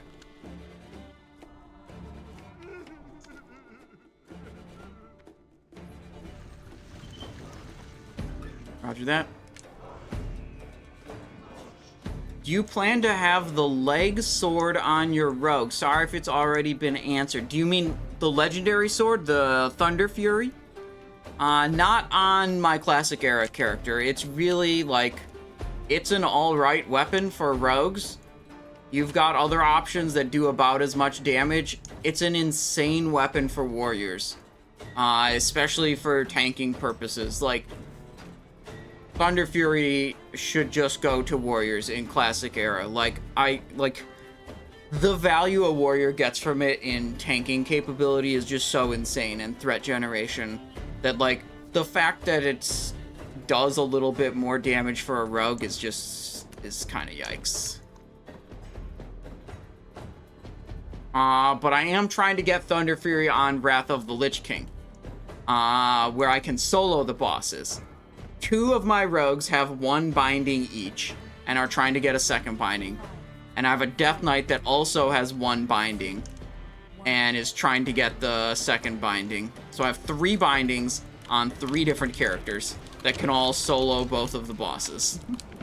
Is Ragnaros soloable? Not on a rogue. You can't get to him solo on a rogue. I don't know if you could kill him, but you can't beat Golemag solo as far as I'm aware. Death Knight can solo the entire place. Death Knight is called a hero class for a good reason. Stalik's pretty far ahead.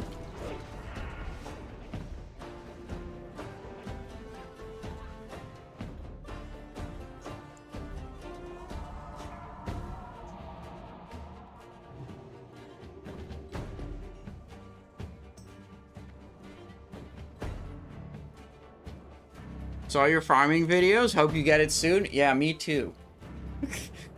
I really want to get a thunder. Like, if I didn't actually want that weapon, I wouldn't put in this many hours, okay? I think it's hella cool.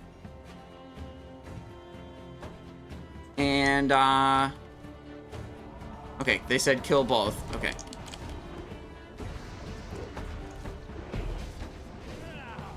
Uh-oh. Stay up here, stay up here. God, they're jumping. It's over. If they res, it's already over.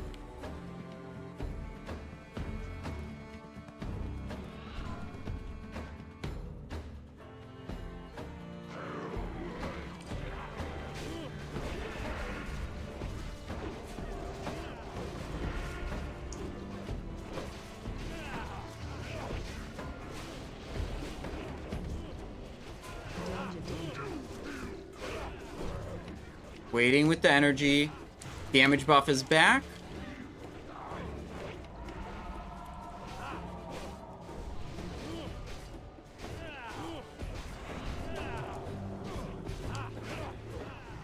Whoa. Why is he being moved? Our primary tank actually just went to the wrong polarity, I think. Negative. Okay, don't spend energy until the damage buff comes back. There we go.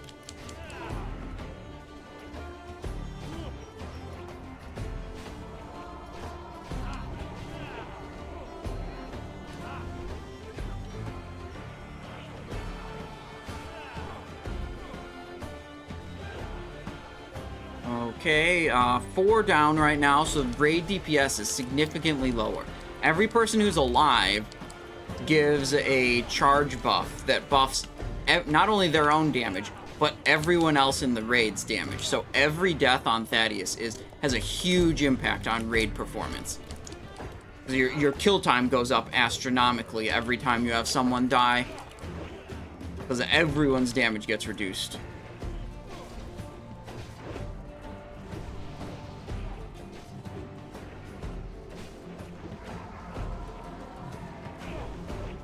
It looks like our Mage Ignite is not very strong.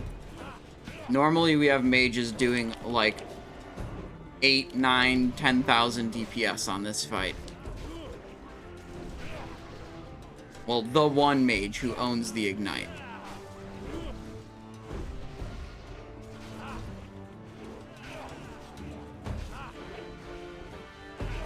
Alright, we got it done.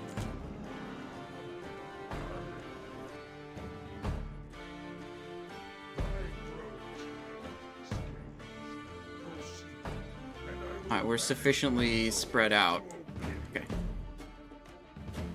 This guy said, "Bio, don't kill me," and then that guy immediately walked on top of him.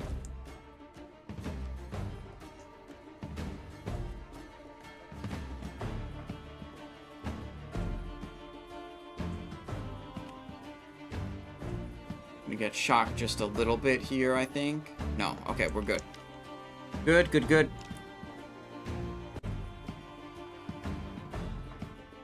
Do you have the Elementium bars? Asked Menarch. No, I have one Elementium ore. We'll just run Blackwing Lair a few times. Don't worry about it. Plague Wing. Okay. There's 9 minutes left on Rend. There's no shot we're gonna have that for Lotheb at this rate.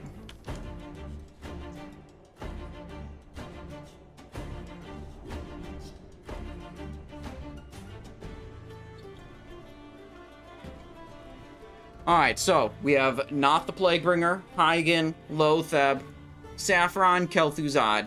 5 bosses left in here.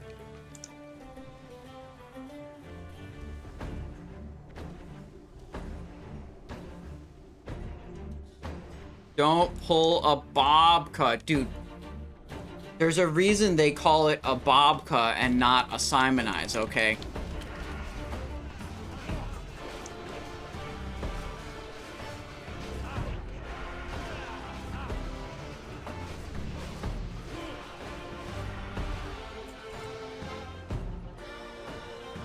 We're gonna Blade Flurry the slimes. But it's gonna be fine. Evasion up. Lip available. Vanish available.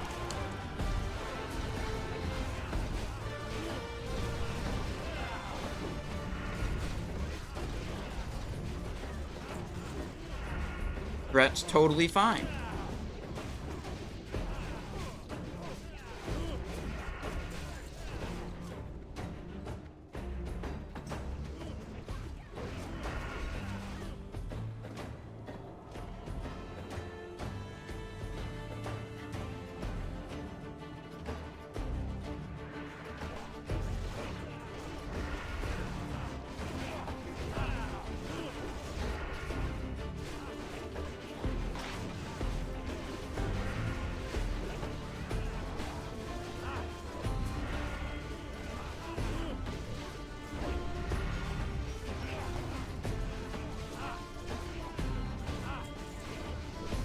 Good slime damage here. Easy peasy. We did good on that pull. We didn't even have Blade Flurry on that one.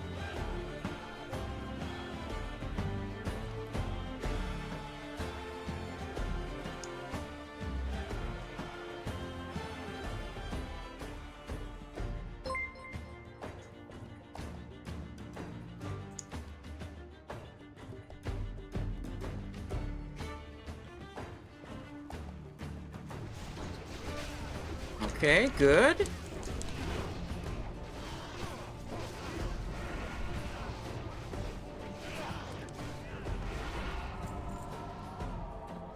Okie dokie.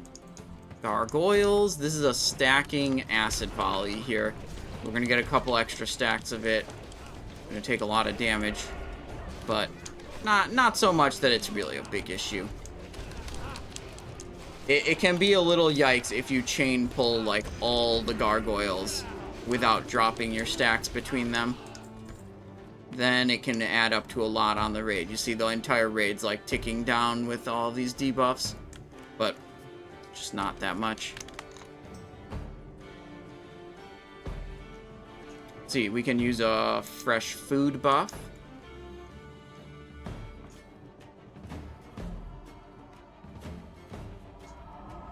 2, 1, buff acquired.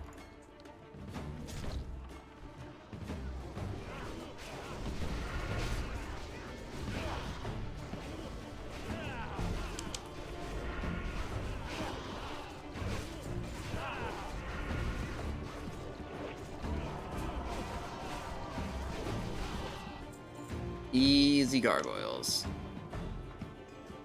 So the next pack, they're gonna try to, they want to clear debuffs right now, so that the next pack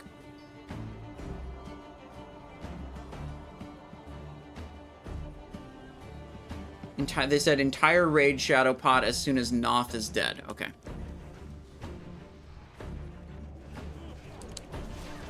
Oh yeah, they're trying to just build up a bunch of rage on these mobs. Have to make sure they don't stone skin heal, but other than that, we don't really want to pump them. We want to just let the warriors accumulate rage. There we go. I move into Noth. Noth is a nice one. We'll have a multi-target damage opportunity when he summons skeletons, but the timing that he summons skeletons on is somewhat random. So it can be a little delayed. I got book equipped. Nope. Book's not going to be good. Sprinting to get closer. Alright, we're on target. Curse is out. Curse is removed. There we go. Oh, I didn't put my Dark Mantle on. Okay, that's fine.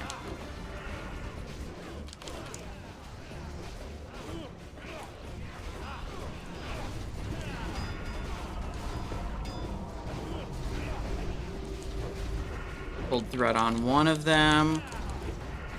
Didn't use that Thistle Tea early enough. Should have used it earlier.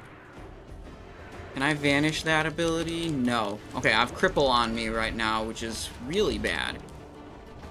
I thought Vanish might remove it. Vanish does not remove it.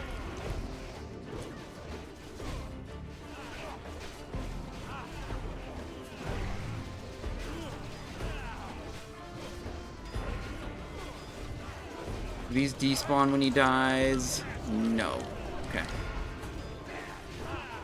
Pretty good. Shadow Protection Potion.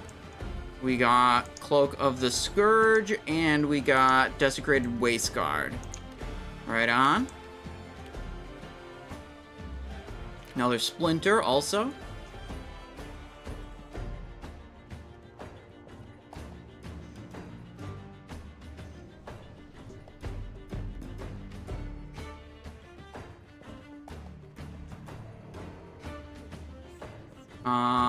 This one faded. Okay, looking good.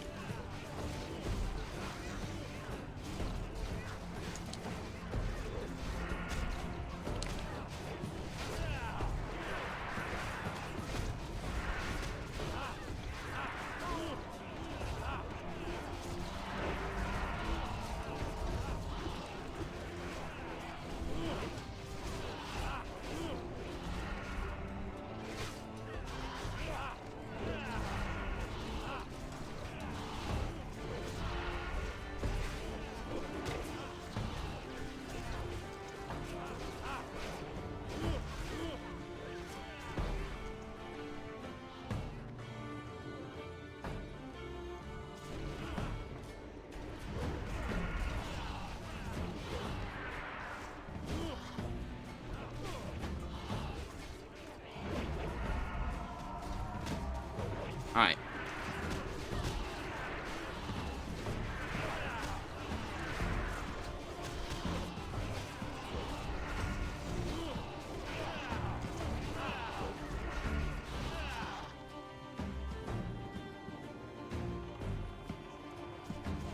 Plague Beast.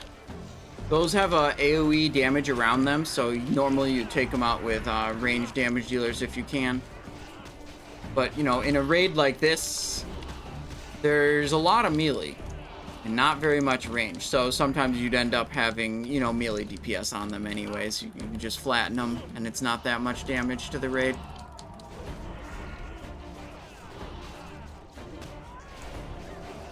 If everyone actually stood in this corner, they wouldn't pull stuff, but no one will do that. You know, there's always people on the outside that, you know, can't manage to walk into the corner.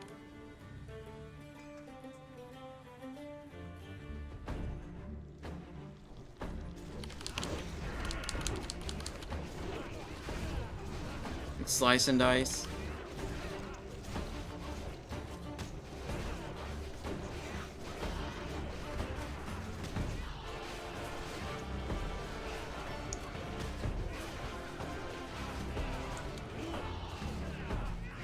Okay, we're going in.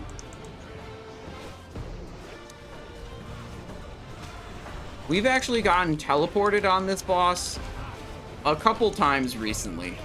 Didn't even get to play. This boss will teleport random raid members into a different room.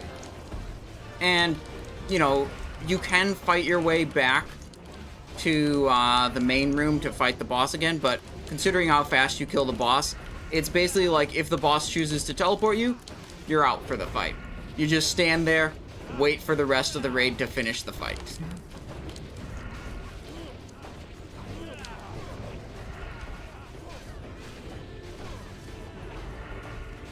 It's super lame, but so far, so good. We have not gotten teleported yet.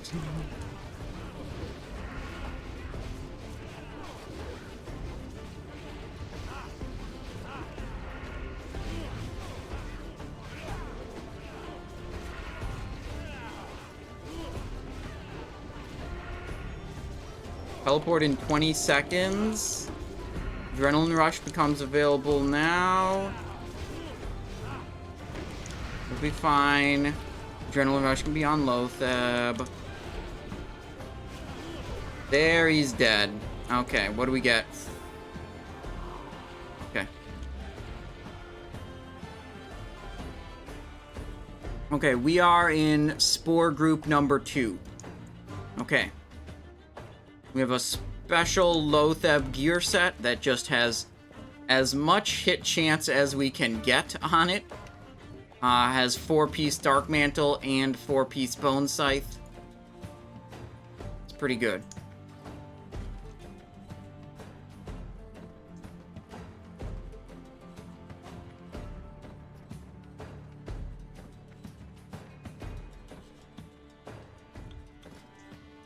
Let's see. Buff. 50 seconds on Flask of the Titans. That's not gonna happen.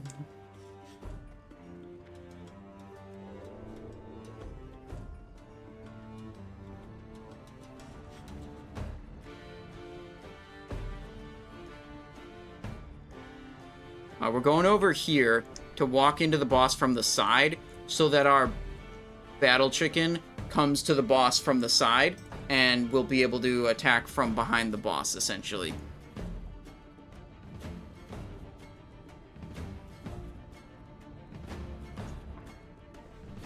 I'll Juju power myself again. It had 4 minutes left. That's some amount of time. We got 7 minutes on well-fed. We'll be okay with that. Juju. Well, I already got Juju. Got Juju power. We're good. Fire water. Well-fed. Mongoose. Yeah, we're good here.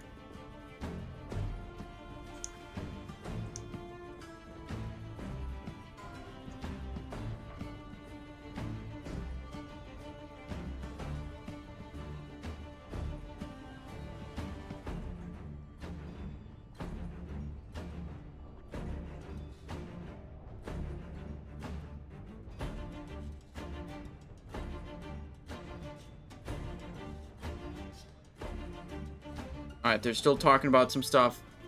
People tend to pull threat on this boss prior to getting a Spore buff. They're being really clear about how you need to let the tank establish threat and how the tank is in, like, potato gear. Almost time. The chicken. There we go. Now we got chicken, as you can see. 3, 2, 1.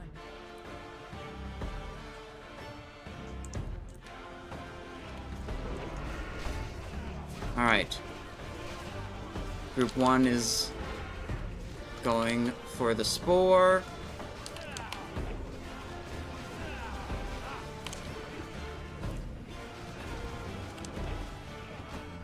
Group 2 going. Need someone else to kill it. I can't lose my target here.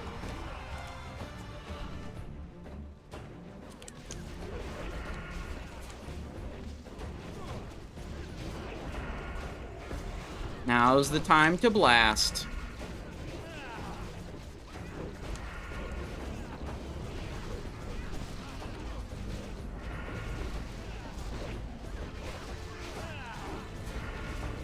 A good Thistle Tea there. Oh, that was a wasted combo point.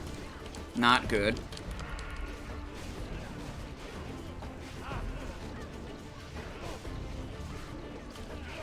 Spore number 5. Not seeing very many Dark Mantle procs here. There's one. Okay.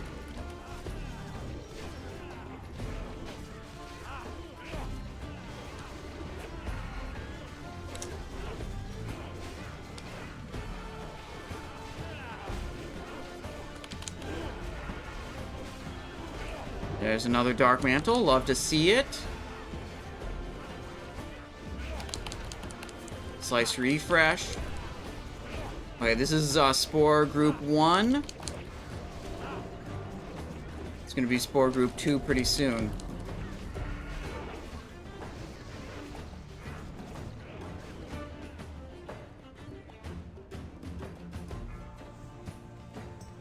On top of it, kill it, kill it. Get back.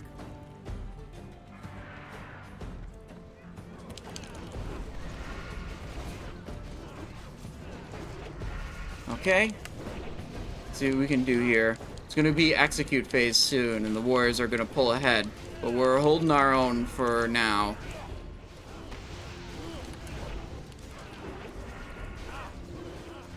Would really like to see more Dark Mantle procs.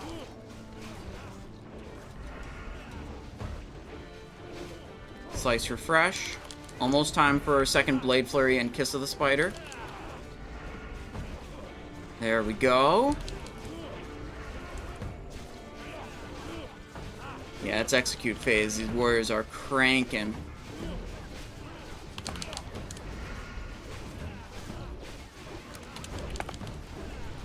Good, good, good.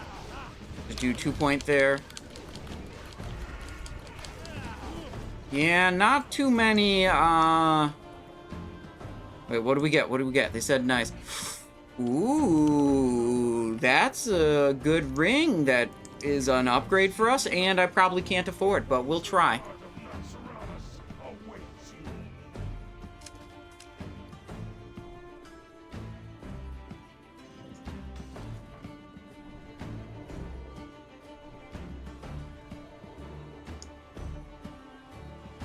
We're gonna run a little higher frost than we normally do.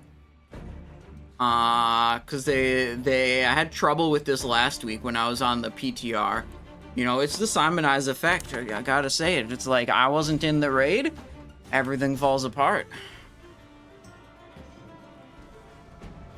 So I'm just going a little higher on the frost resist than I normally do.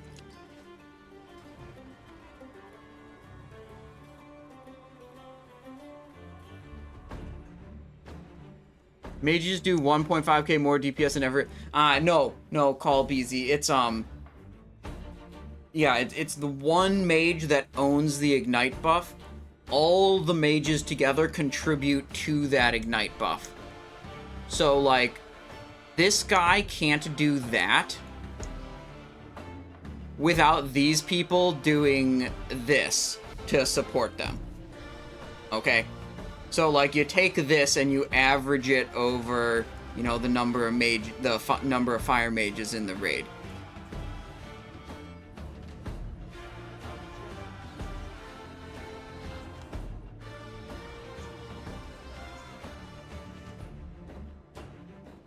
It's like a Mr. Bungled. Yeah, that's good. It's like a bunch of mages hopped on each other's shoulders and put on a giant trench coat. Yeah, that's basically how classic mage works. Oh, food buff. Yeah. Okay, good.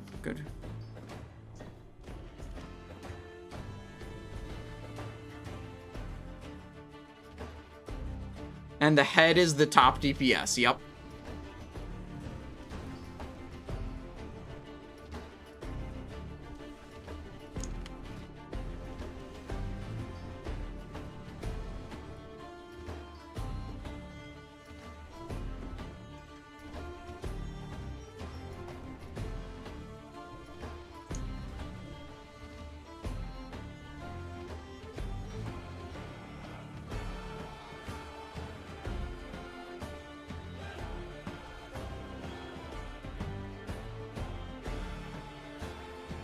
We're not going to be able to have these for Kel'Thuzad and Saffron at this rate. Kel'Thuzad takes like 8 minutes or something, so we'll have our plus 100 attack powers for Saffron. I'll go back to Elemental Sharpstones for Kel'Thuzad. Normally, like, Consecrated Sharpstone is good for Kel'Thuzad. It is a undead. However, Consecrated Sharpstones are a limited resource. You cannot get them anymore. I have a large storage of them, of over 100, but, like, I don't want to use more than 4 per week. So I'm not going to put 2 more Sharpstones on just for one boss, you know what I mean? 4, 3, 2, 1. Alright, I'm supposed to go left. Who is this? Okay, they figured it out. I was looking at the mini-map. Someone in my group was going to the opposite side.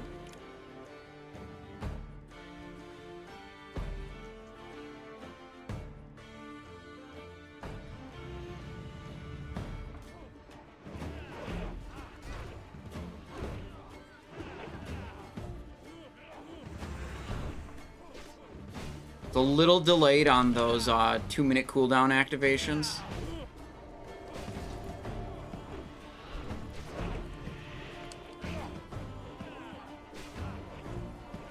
Making sure the tank had, like, nice threat established. They did call out a parry on voice chat, so I hesitated.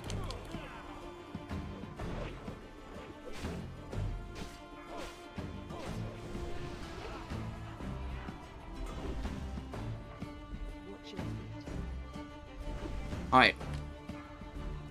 We can continue using abilities. We cannot use special, or auto attacks.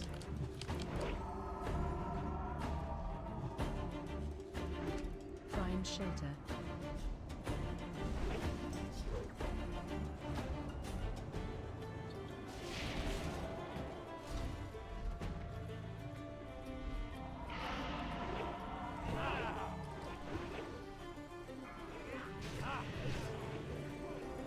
Versus are out. We can do actually let's hold our frost potion for the next air phase, I think. The Thistle Tea for 90 energy. Not the best. Not too bad though. Dynamite.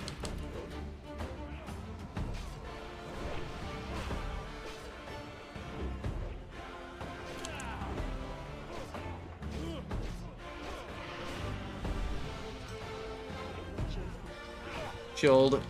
We gotta move in. Can't move much to the right. Boss is moving. That's good for me. Nice. Okay, we can back out again. Air phase in 12 seconds. That was a bit more of the slice and dice than I really needed with the air phase starting. We don't need air phase to be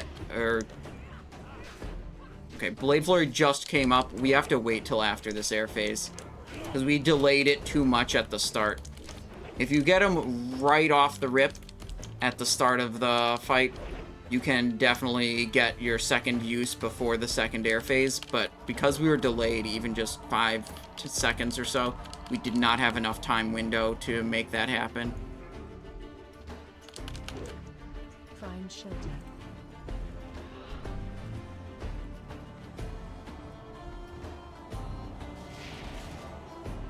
Alright, there we go.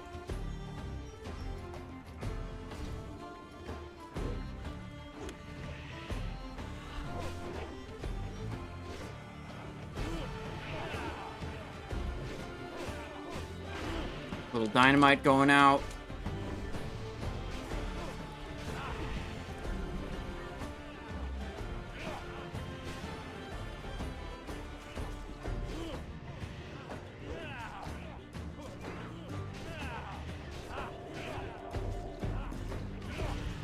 Slice and dice, so there will be no more air phases. The boss's health is pretty low. It stops doing air phases when the health gets low.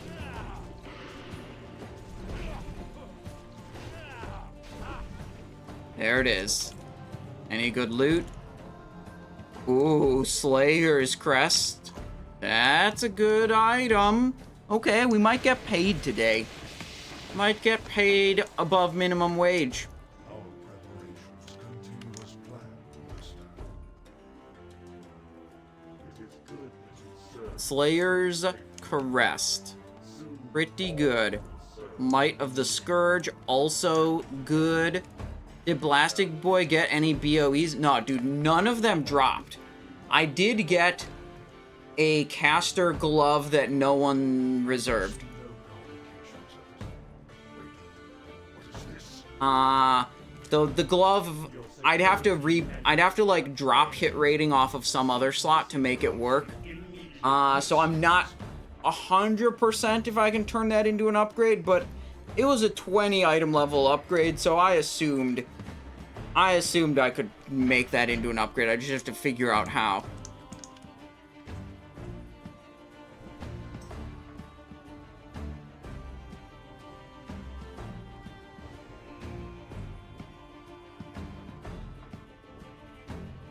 Alright, there's one person swapping in for Kel'Thuzad.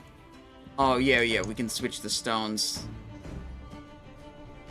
We can switch the stones when we actually pull. There's a lot of idle time at the start. They're making a swap, and last time they tried to make a character swap, it was a little bit scuffed. So we'll just hold tight is my strategy. Oh, I forgot to Juju chill myself on Saffron. Oh, that's my bad.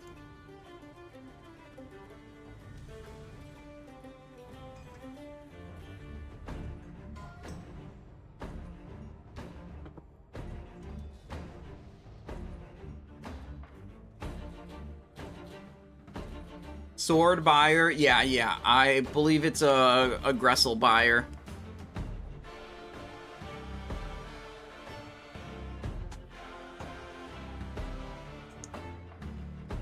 Let's see. Raid plan posted by Intruder. I have to see this.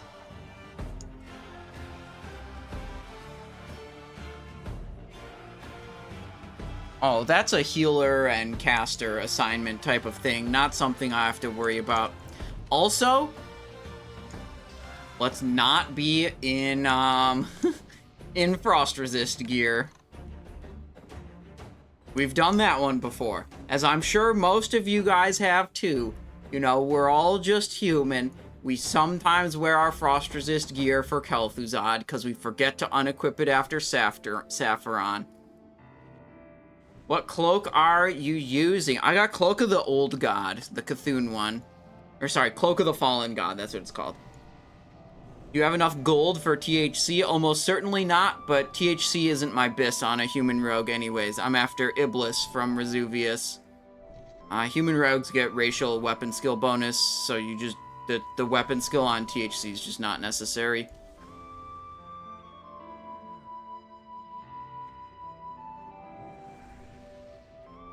I think last time we saw a THC drop, it was 60,000 gold that it sold for. We have 22,000, and, like, I'm just not going for that item.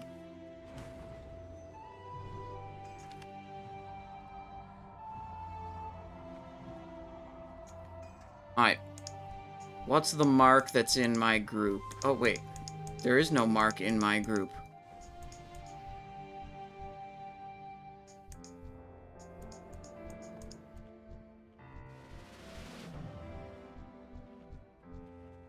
Alright, we'll have to pick one.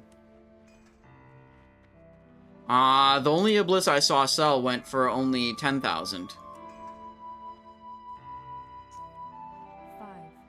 4, 3, 2, 1.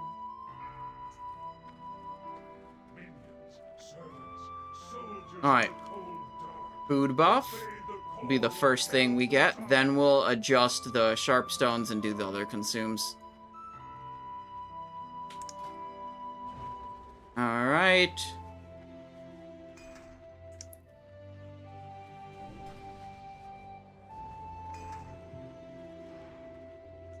There's this, that, and we should be good now.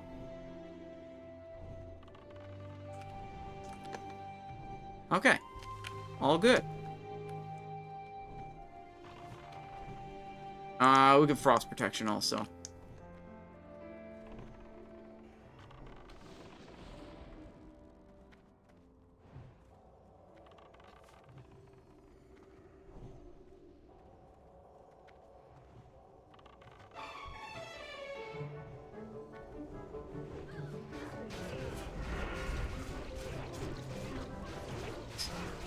No one's letting the mob move close enough.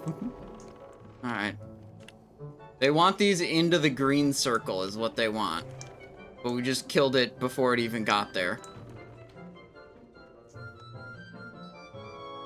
Here we go. Another abomination. This is all you're doing as a melee. You're looking around the room, seeing where the abominations are going to spawn.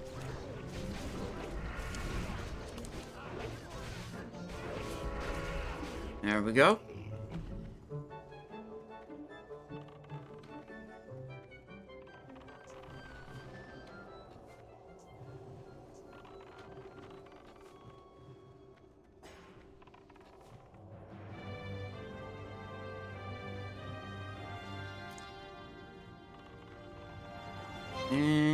Oh, there it is.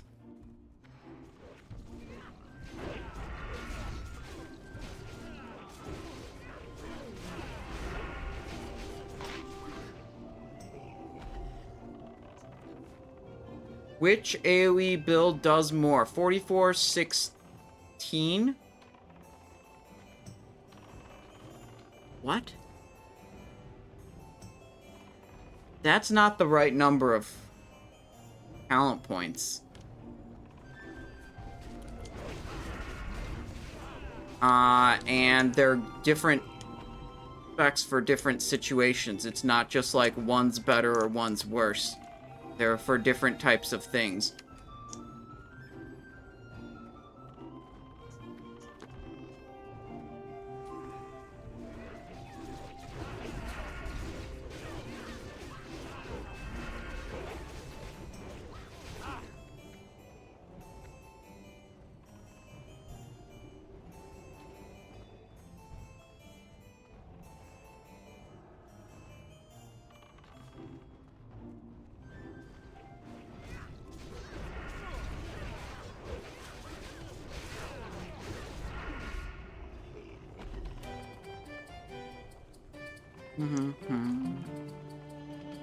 Another abomination coming through.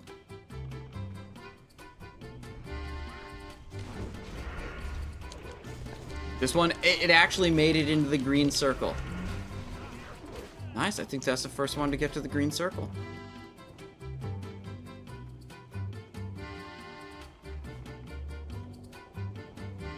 The instruction that everyone received is to not stun these until they get into the green circle.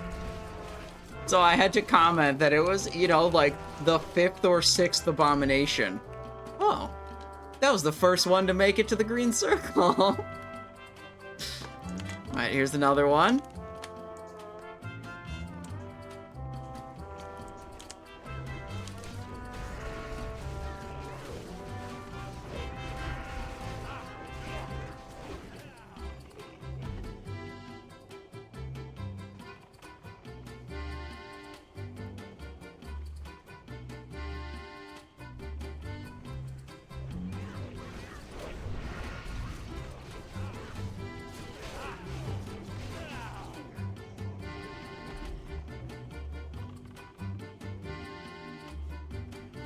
There's another abomination. Health is odd active in about 40 seconds. I don't know why they do this with Gothic and with Kel'Thuzad. And I'm trying to think if there are more recent bosses. But it's like, why is there a 5-minute trash phase at the start of the boss? It's so annoying.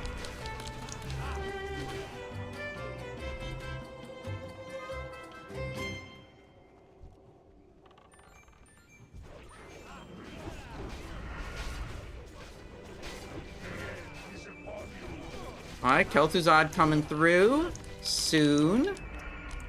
All the abominations are dead.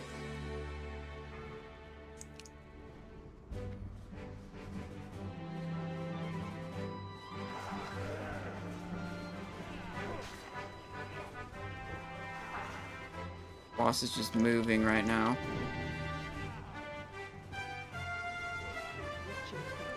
Brick!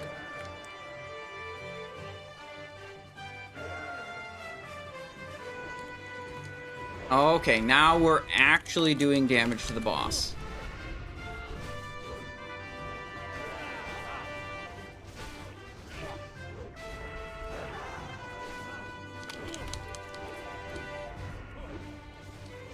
My frost protection up? No.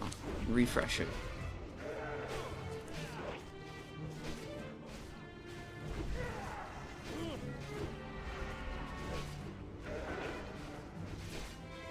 Oh, I think I have the wrong gear. Oh, I should have world buffed gear. Do I have the... No, I think this is the right gear, actually. Never mind.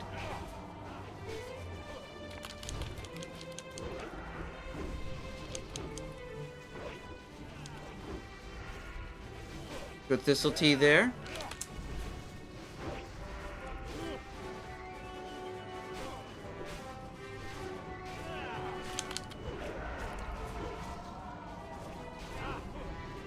Is ICC live in Wrath of the Lich King? Nope.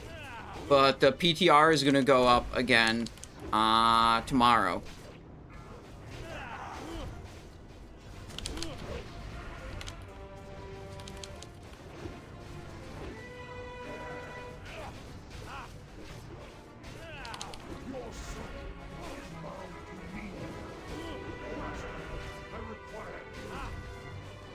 Alright. Red is reset.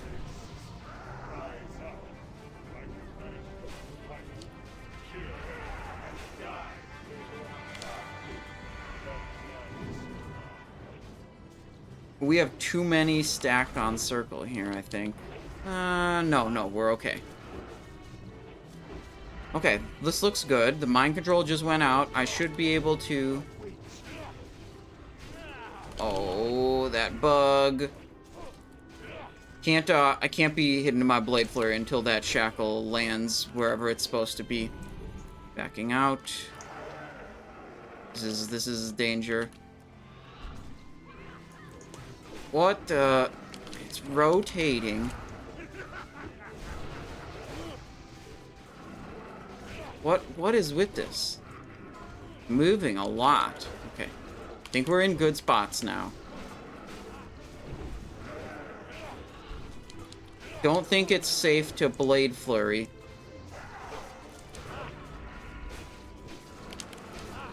There, okay, it's dead. It's dead. We're good. Hungering Cold Doomfinger. Okay. Okay, you guys, look at that. The Sword of 1,000 Truths.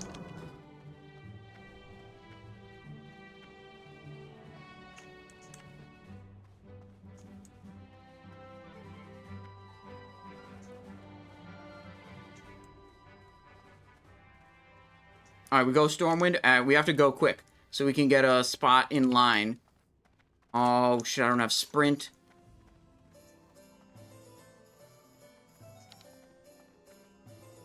Trying to get a good spot in the line.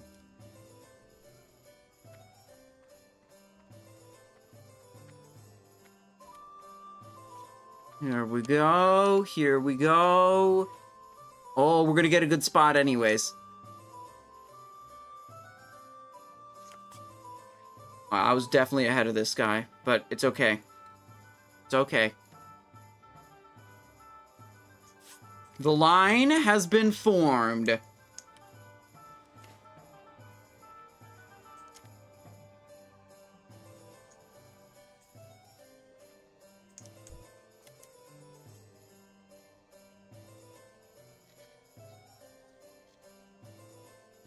Classic just has a different vibe to it? Absolutely, yeah.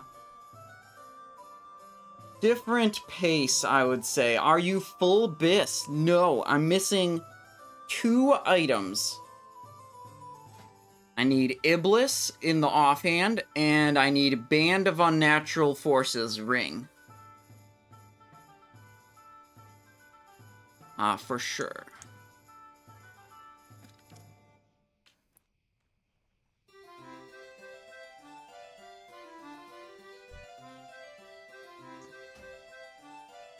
What are these leggings? Arnage. Oh, okay. Those are like normal legs to use. They just like looked kind of peculiar. Dreadnought breastplate. Okay. He's got some tank gear on here. You mean THC? No, I don't mean THC. I'm a human rogue. I want Iblis.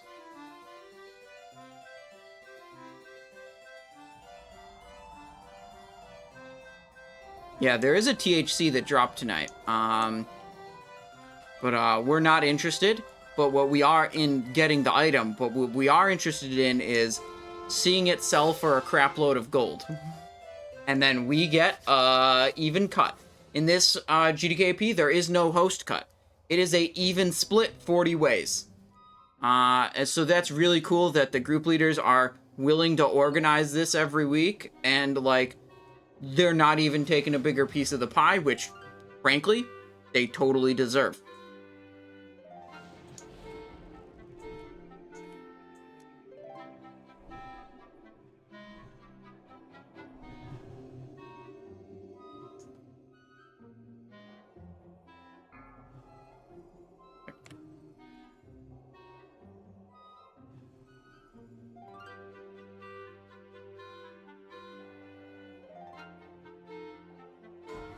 There's literally no better looking set than tier 3 for warriors. Yeah.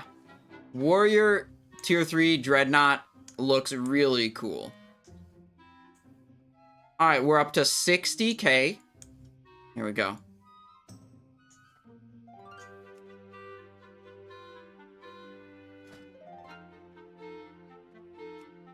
We're at 80,000 gold for Hungering Cold. 81. It's not stopping there. 85. Tiny NFG and Lice fighting over this sword right here. Pass. 86,000 gold. This, I believe, is the most expensive. Oh, wait. A third contender has come into the ring, smitten at 87,000 gold. Is that going higher? Is that it? Oh, they're extending the timer? Wait, that's not how counting goes.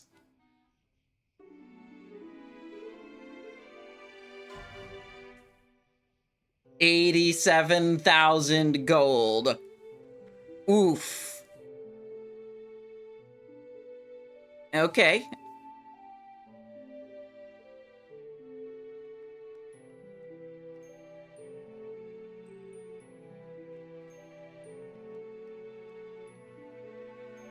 You're gonna stream some PTR tomorrow? Yup, absolutely.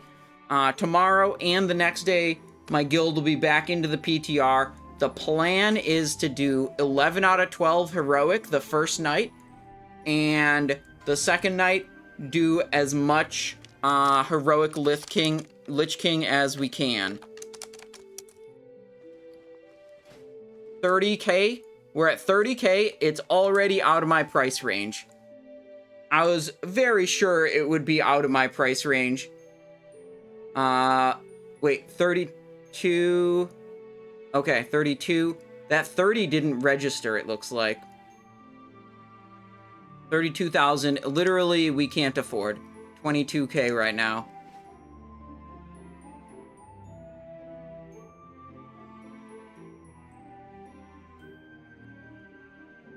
$33, $35. Okay. 22 and a kidney. Bro, dude, here's the thing about the ring. The ring might be an upgrade, but it doesn't even look cool. It doesn't change how my character looks. I care way more about getting the Iblis that actually looks cool on my character, okay?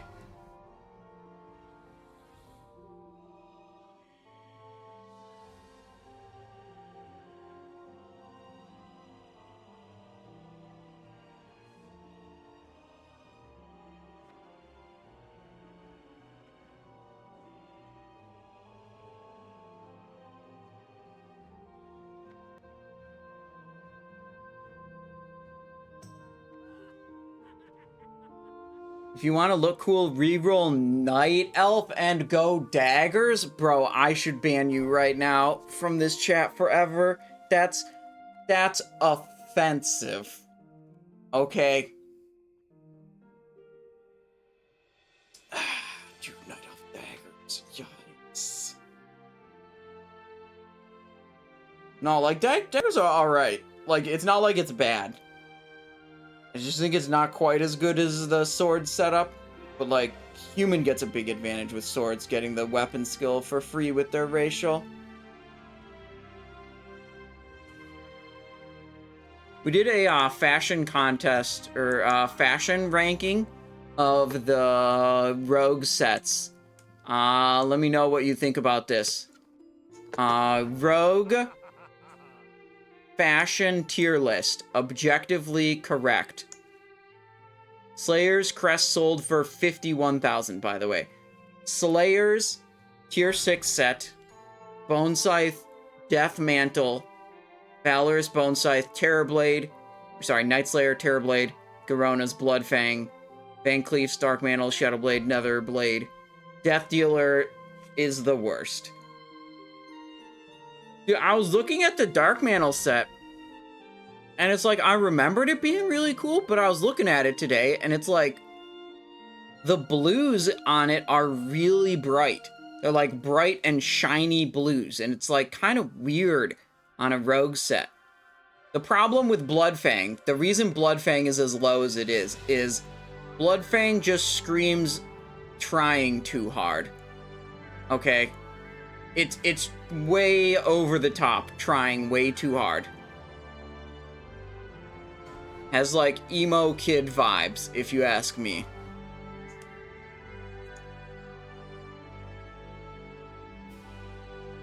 Alright, Ribcage next. Plated Abomination Ribcage.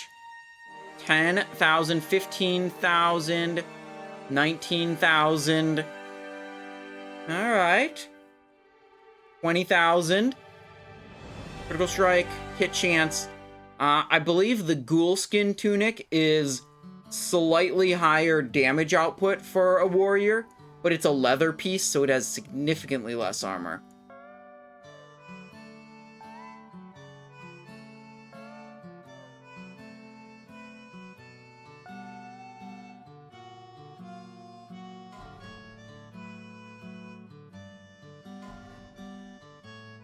Bidding starts on Saffron's Left Eye. Really good caster item. Damage and healing, critical strike chance, hit chance. Pretty good. 2,000. See, this is like the opposite of how Wrath GTKPs go. It's like, I feel like in Wrath GTKPs, the caster items are completely out of control.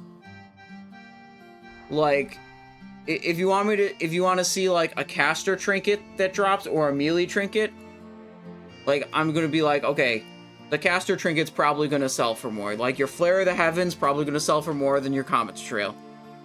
I feel like in Wrath, like caster items are just way higher, and like here in Classic Era, the caster items are pretty mid, and it's like the melee items that everyone cares about for sure, which is unsurprising because like casters, like aside from like mage is an okay caster, most of the people that play are like playing melee because melee are better, you know.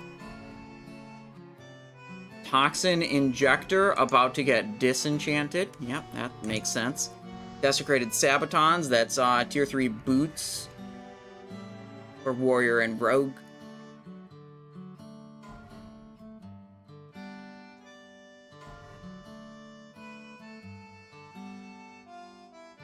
Desecrated Gauntlets, Warrior Rogue Gloves.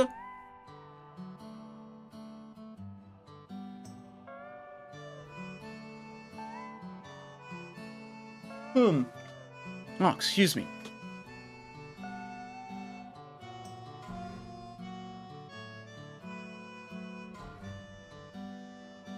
Cloak of the Scourge. This is a cloak off of Noth. Not the greatest, but alright. You know, it's kind of a thing like, you didn't get the better option. You can pick this up and it's pretty good.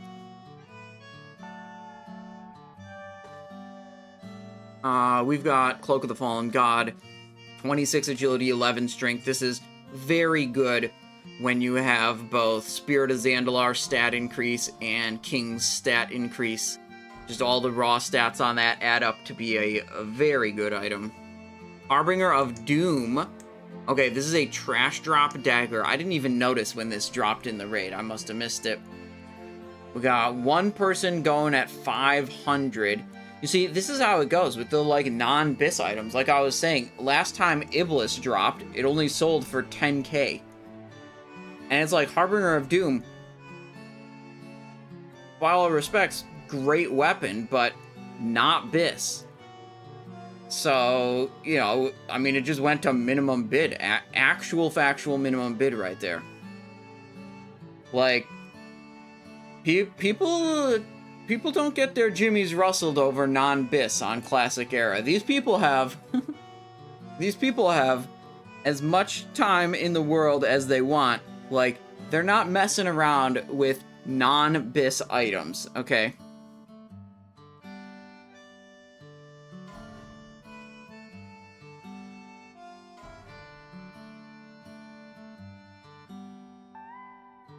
BIS for trash. You mean like if you don't need the weapon skill from the... You don't need the weapon skill from Death Sting. What's the stats on Death Sting? It's dagger skill and it's got a bunch of attack power. Yeah, Harbinger of Doom is probably better against like non-boss targets. Yep. Yep. That makes sense.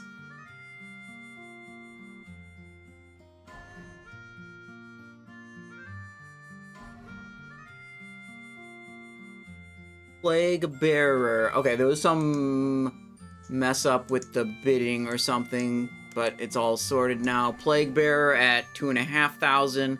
The shield with some little bit of frost resist. How's that look? Hey, you know, it's a big coffin lid with a... What on earth is that? With a green lump in the middle.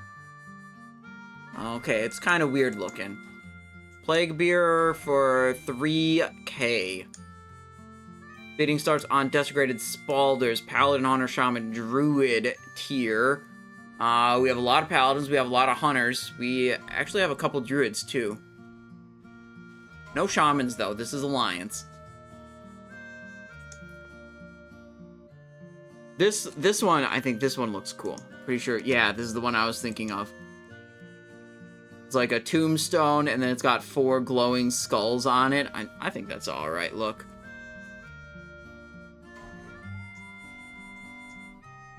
$236,000 gold pot. That is over gold cap. We're gonna get a 2.5% split out of that. Yeah, this GDKP is great. The raid leaders do not choose to take a host cut, so it's an even 2.5 split for everyone. Although I would not be mad if they ever decided to start taking a host cut, you know, it's definitely deserved. We sold, let's see, a Slayer's Crest. We sold a Hungering Cold. What else did we get that was hype? Oh, Band of Unnatural Forces. That was a good one. Phylactery at 1.1 thousand gold.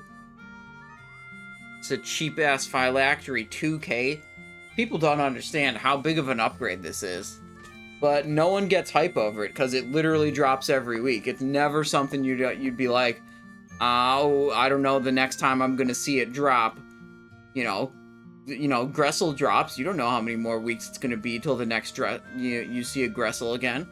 But, you know, this one, every week. Every week. Yeah, but most of these people, Mr. Bungled, they BIS one character, they just roll another character. So, like, they always have... Like, how do you think they're dropping world buffs all the time? There's always fresh people here. It's insane. 4.5, dude. Okay. Some minimum increments here. Okay, okay. Finally, we got someone passing 4,500. That's a reasonable price, I'd say.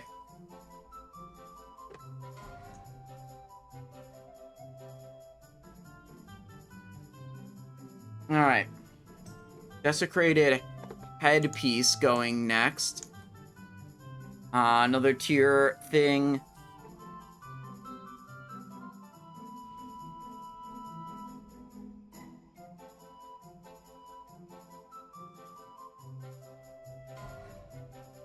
Desecrated headpiece, minimum bid, 500. Ring of Redemption, Paladin tier ring off of Kel'Thuzad. 30?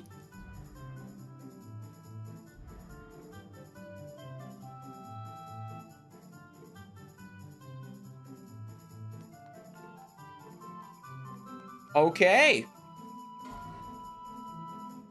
Okay. Okay, this guy's throwing down. He says he's, they say he is exiting the GDKP scene and gonna do a, like, EPGP raid style in the future. So, I guess he's just throwing down his gold. You know? Who cares? Get the Ring of Redemption. Get that bag.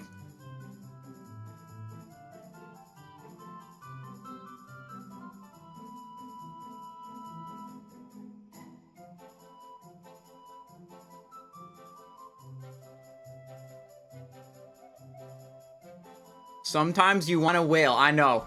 When I was doing Ulduar GDKPs, there was like a 5 or 6 week stretch where like actually nothing dropped that was good for me. So like I wasn't trying to leech, but I ended up leeching for over a month. And then when stuff finally dropped, I just slapped my dick on the table and won the items, okay? I spent 230,000 gold on 2 items.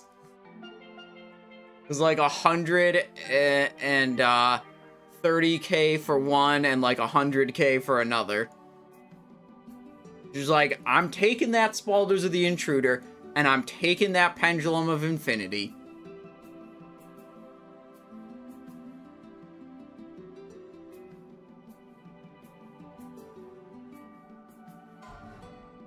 Resilience of the Scourge for 1,600. Desecrated Belt, minimum bid 500. Anyone need the belt? Priest, Mage, Warlock, yeah, we got one Poliwag in the chat needing the belt. Okay, okay. Love it when those don't get disenchanted. You can't disenchant them, right? Like, they just get destroyed or whatever.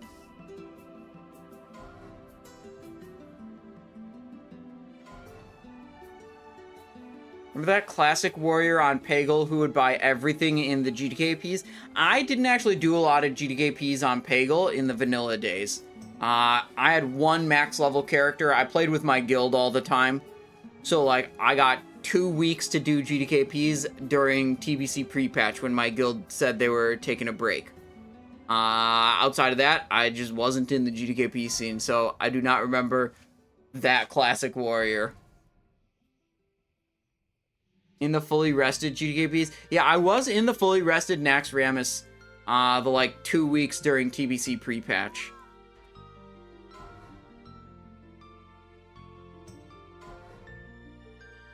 Desecrated leg plates. Doom Finger. This is Wand from Kel'Thuzad. 3,000, 3.5. Has 16 spell power, 1% spell crit. 3.5, but like all the other caster items, you know, this ain't where people are spending their gold.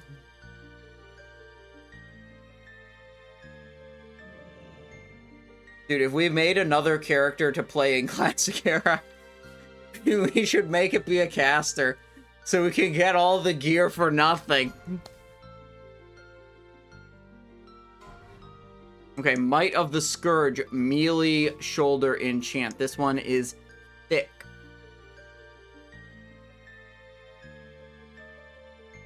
$6,000. Alright, 6,000. You can sell these to Twinks also. You can put them in Classic Era, you can put them on shoulder enchants for Twinks. You can't do that anymore in Wrath of the Lich King. That got changed in the Wrath patch. You could do it all throughout TBC, though. And I was definitely doing that. I love doing Naxxramas GDKPs at level 70 in TBC. That was fun.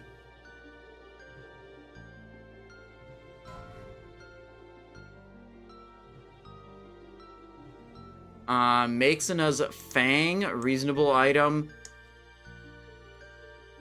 1 hit, 36 attack power, 500. Alright.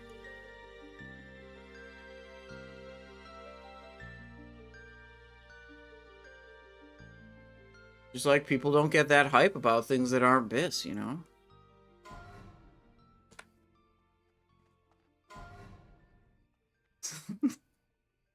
Well, every time my Biss drop, I look at my bag and then I frown and I'm like, maybe next time.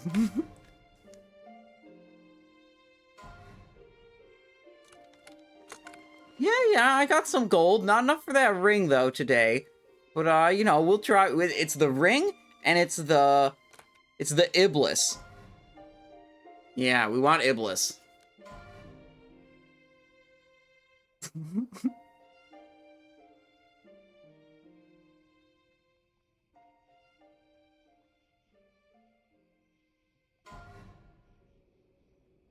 Desecrated leg plates. Okay, they're doing some Nexus crystals. They're gonna do some disenchants, and then they're gonna sell off the bundle at the end of all the whatever crap that didn't sell. A little bit more gold into the pot. What's the pot looking like right now?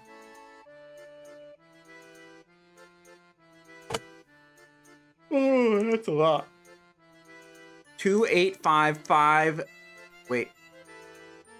285800. Divided by 40.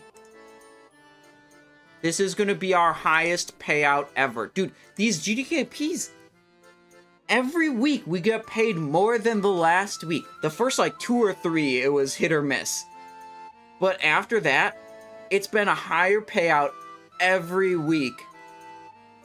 Which makes me worried that I'm... Wait, 10? Wait. Pong just threw down 10k for the bundle? This was the guy that threw down 30k on the Paladin ring. And he was just like, fuck it, I'm not doing GDKP anymore, I don't need this gold. So he's just... Alright, respect.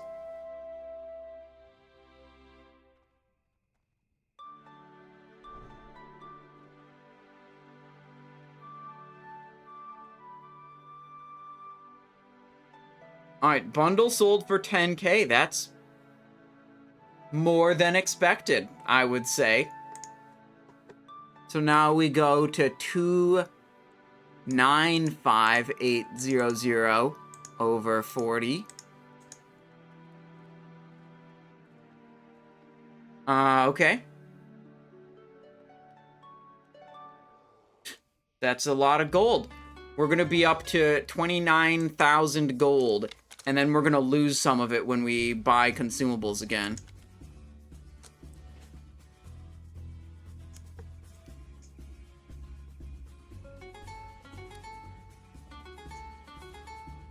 Alright.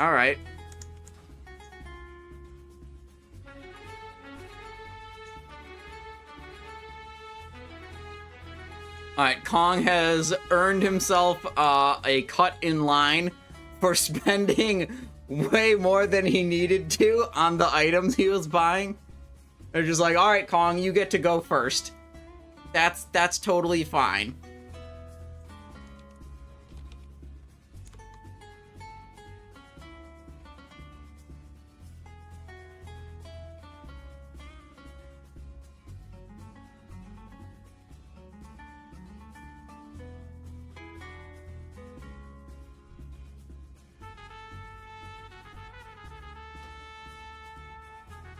Busy.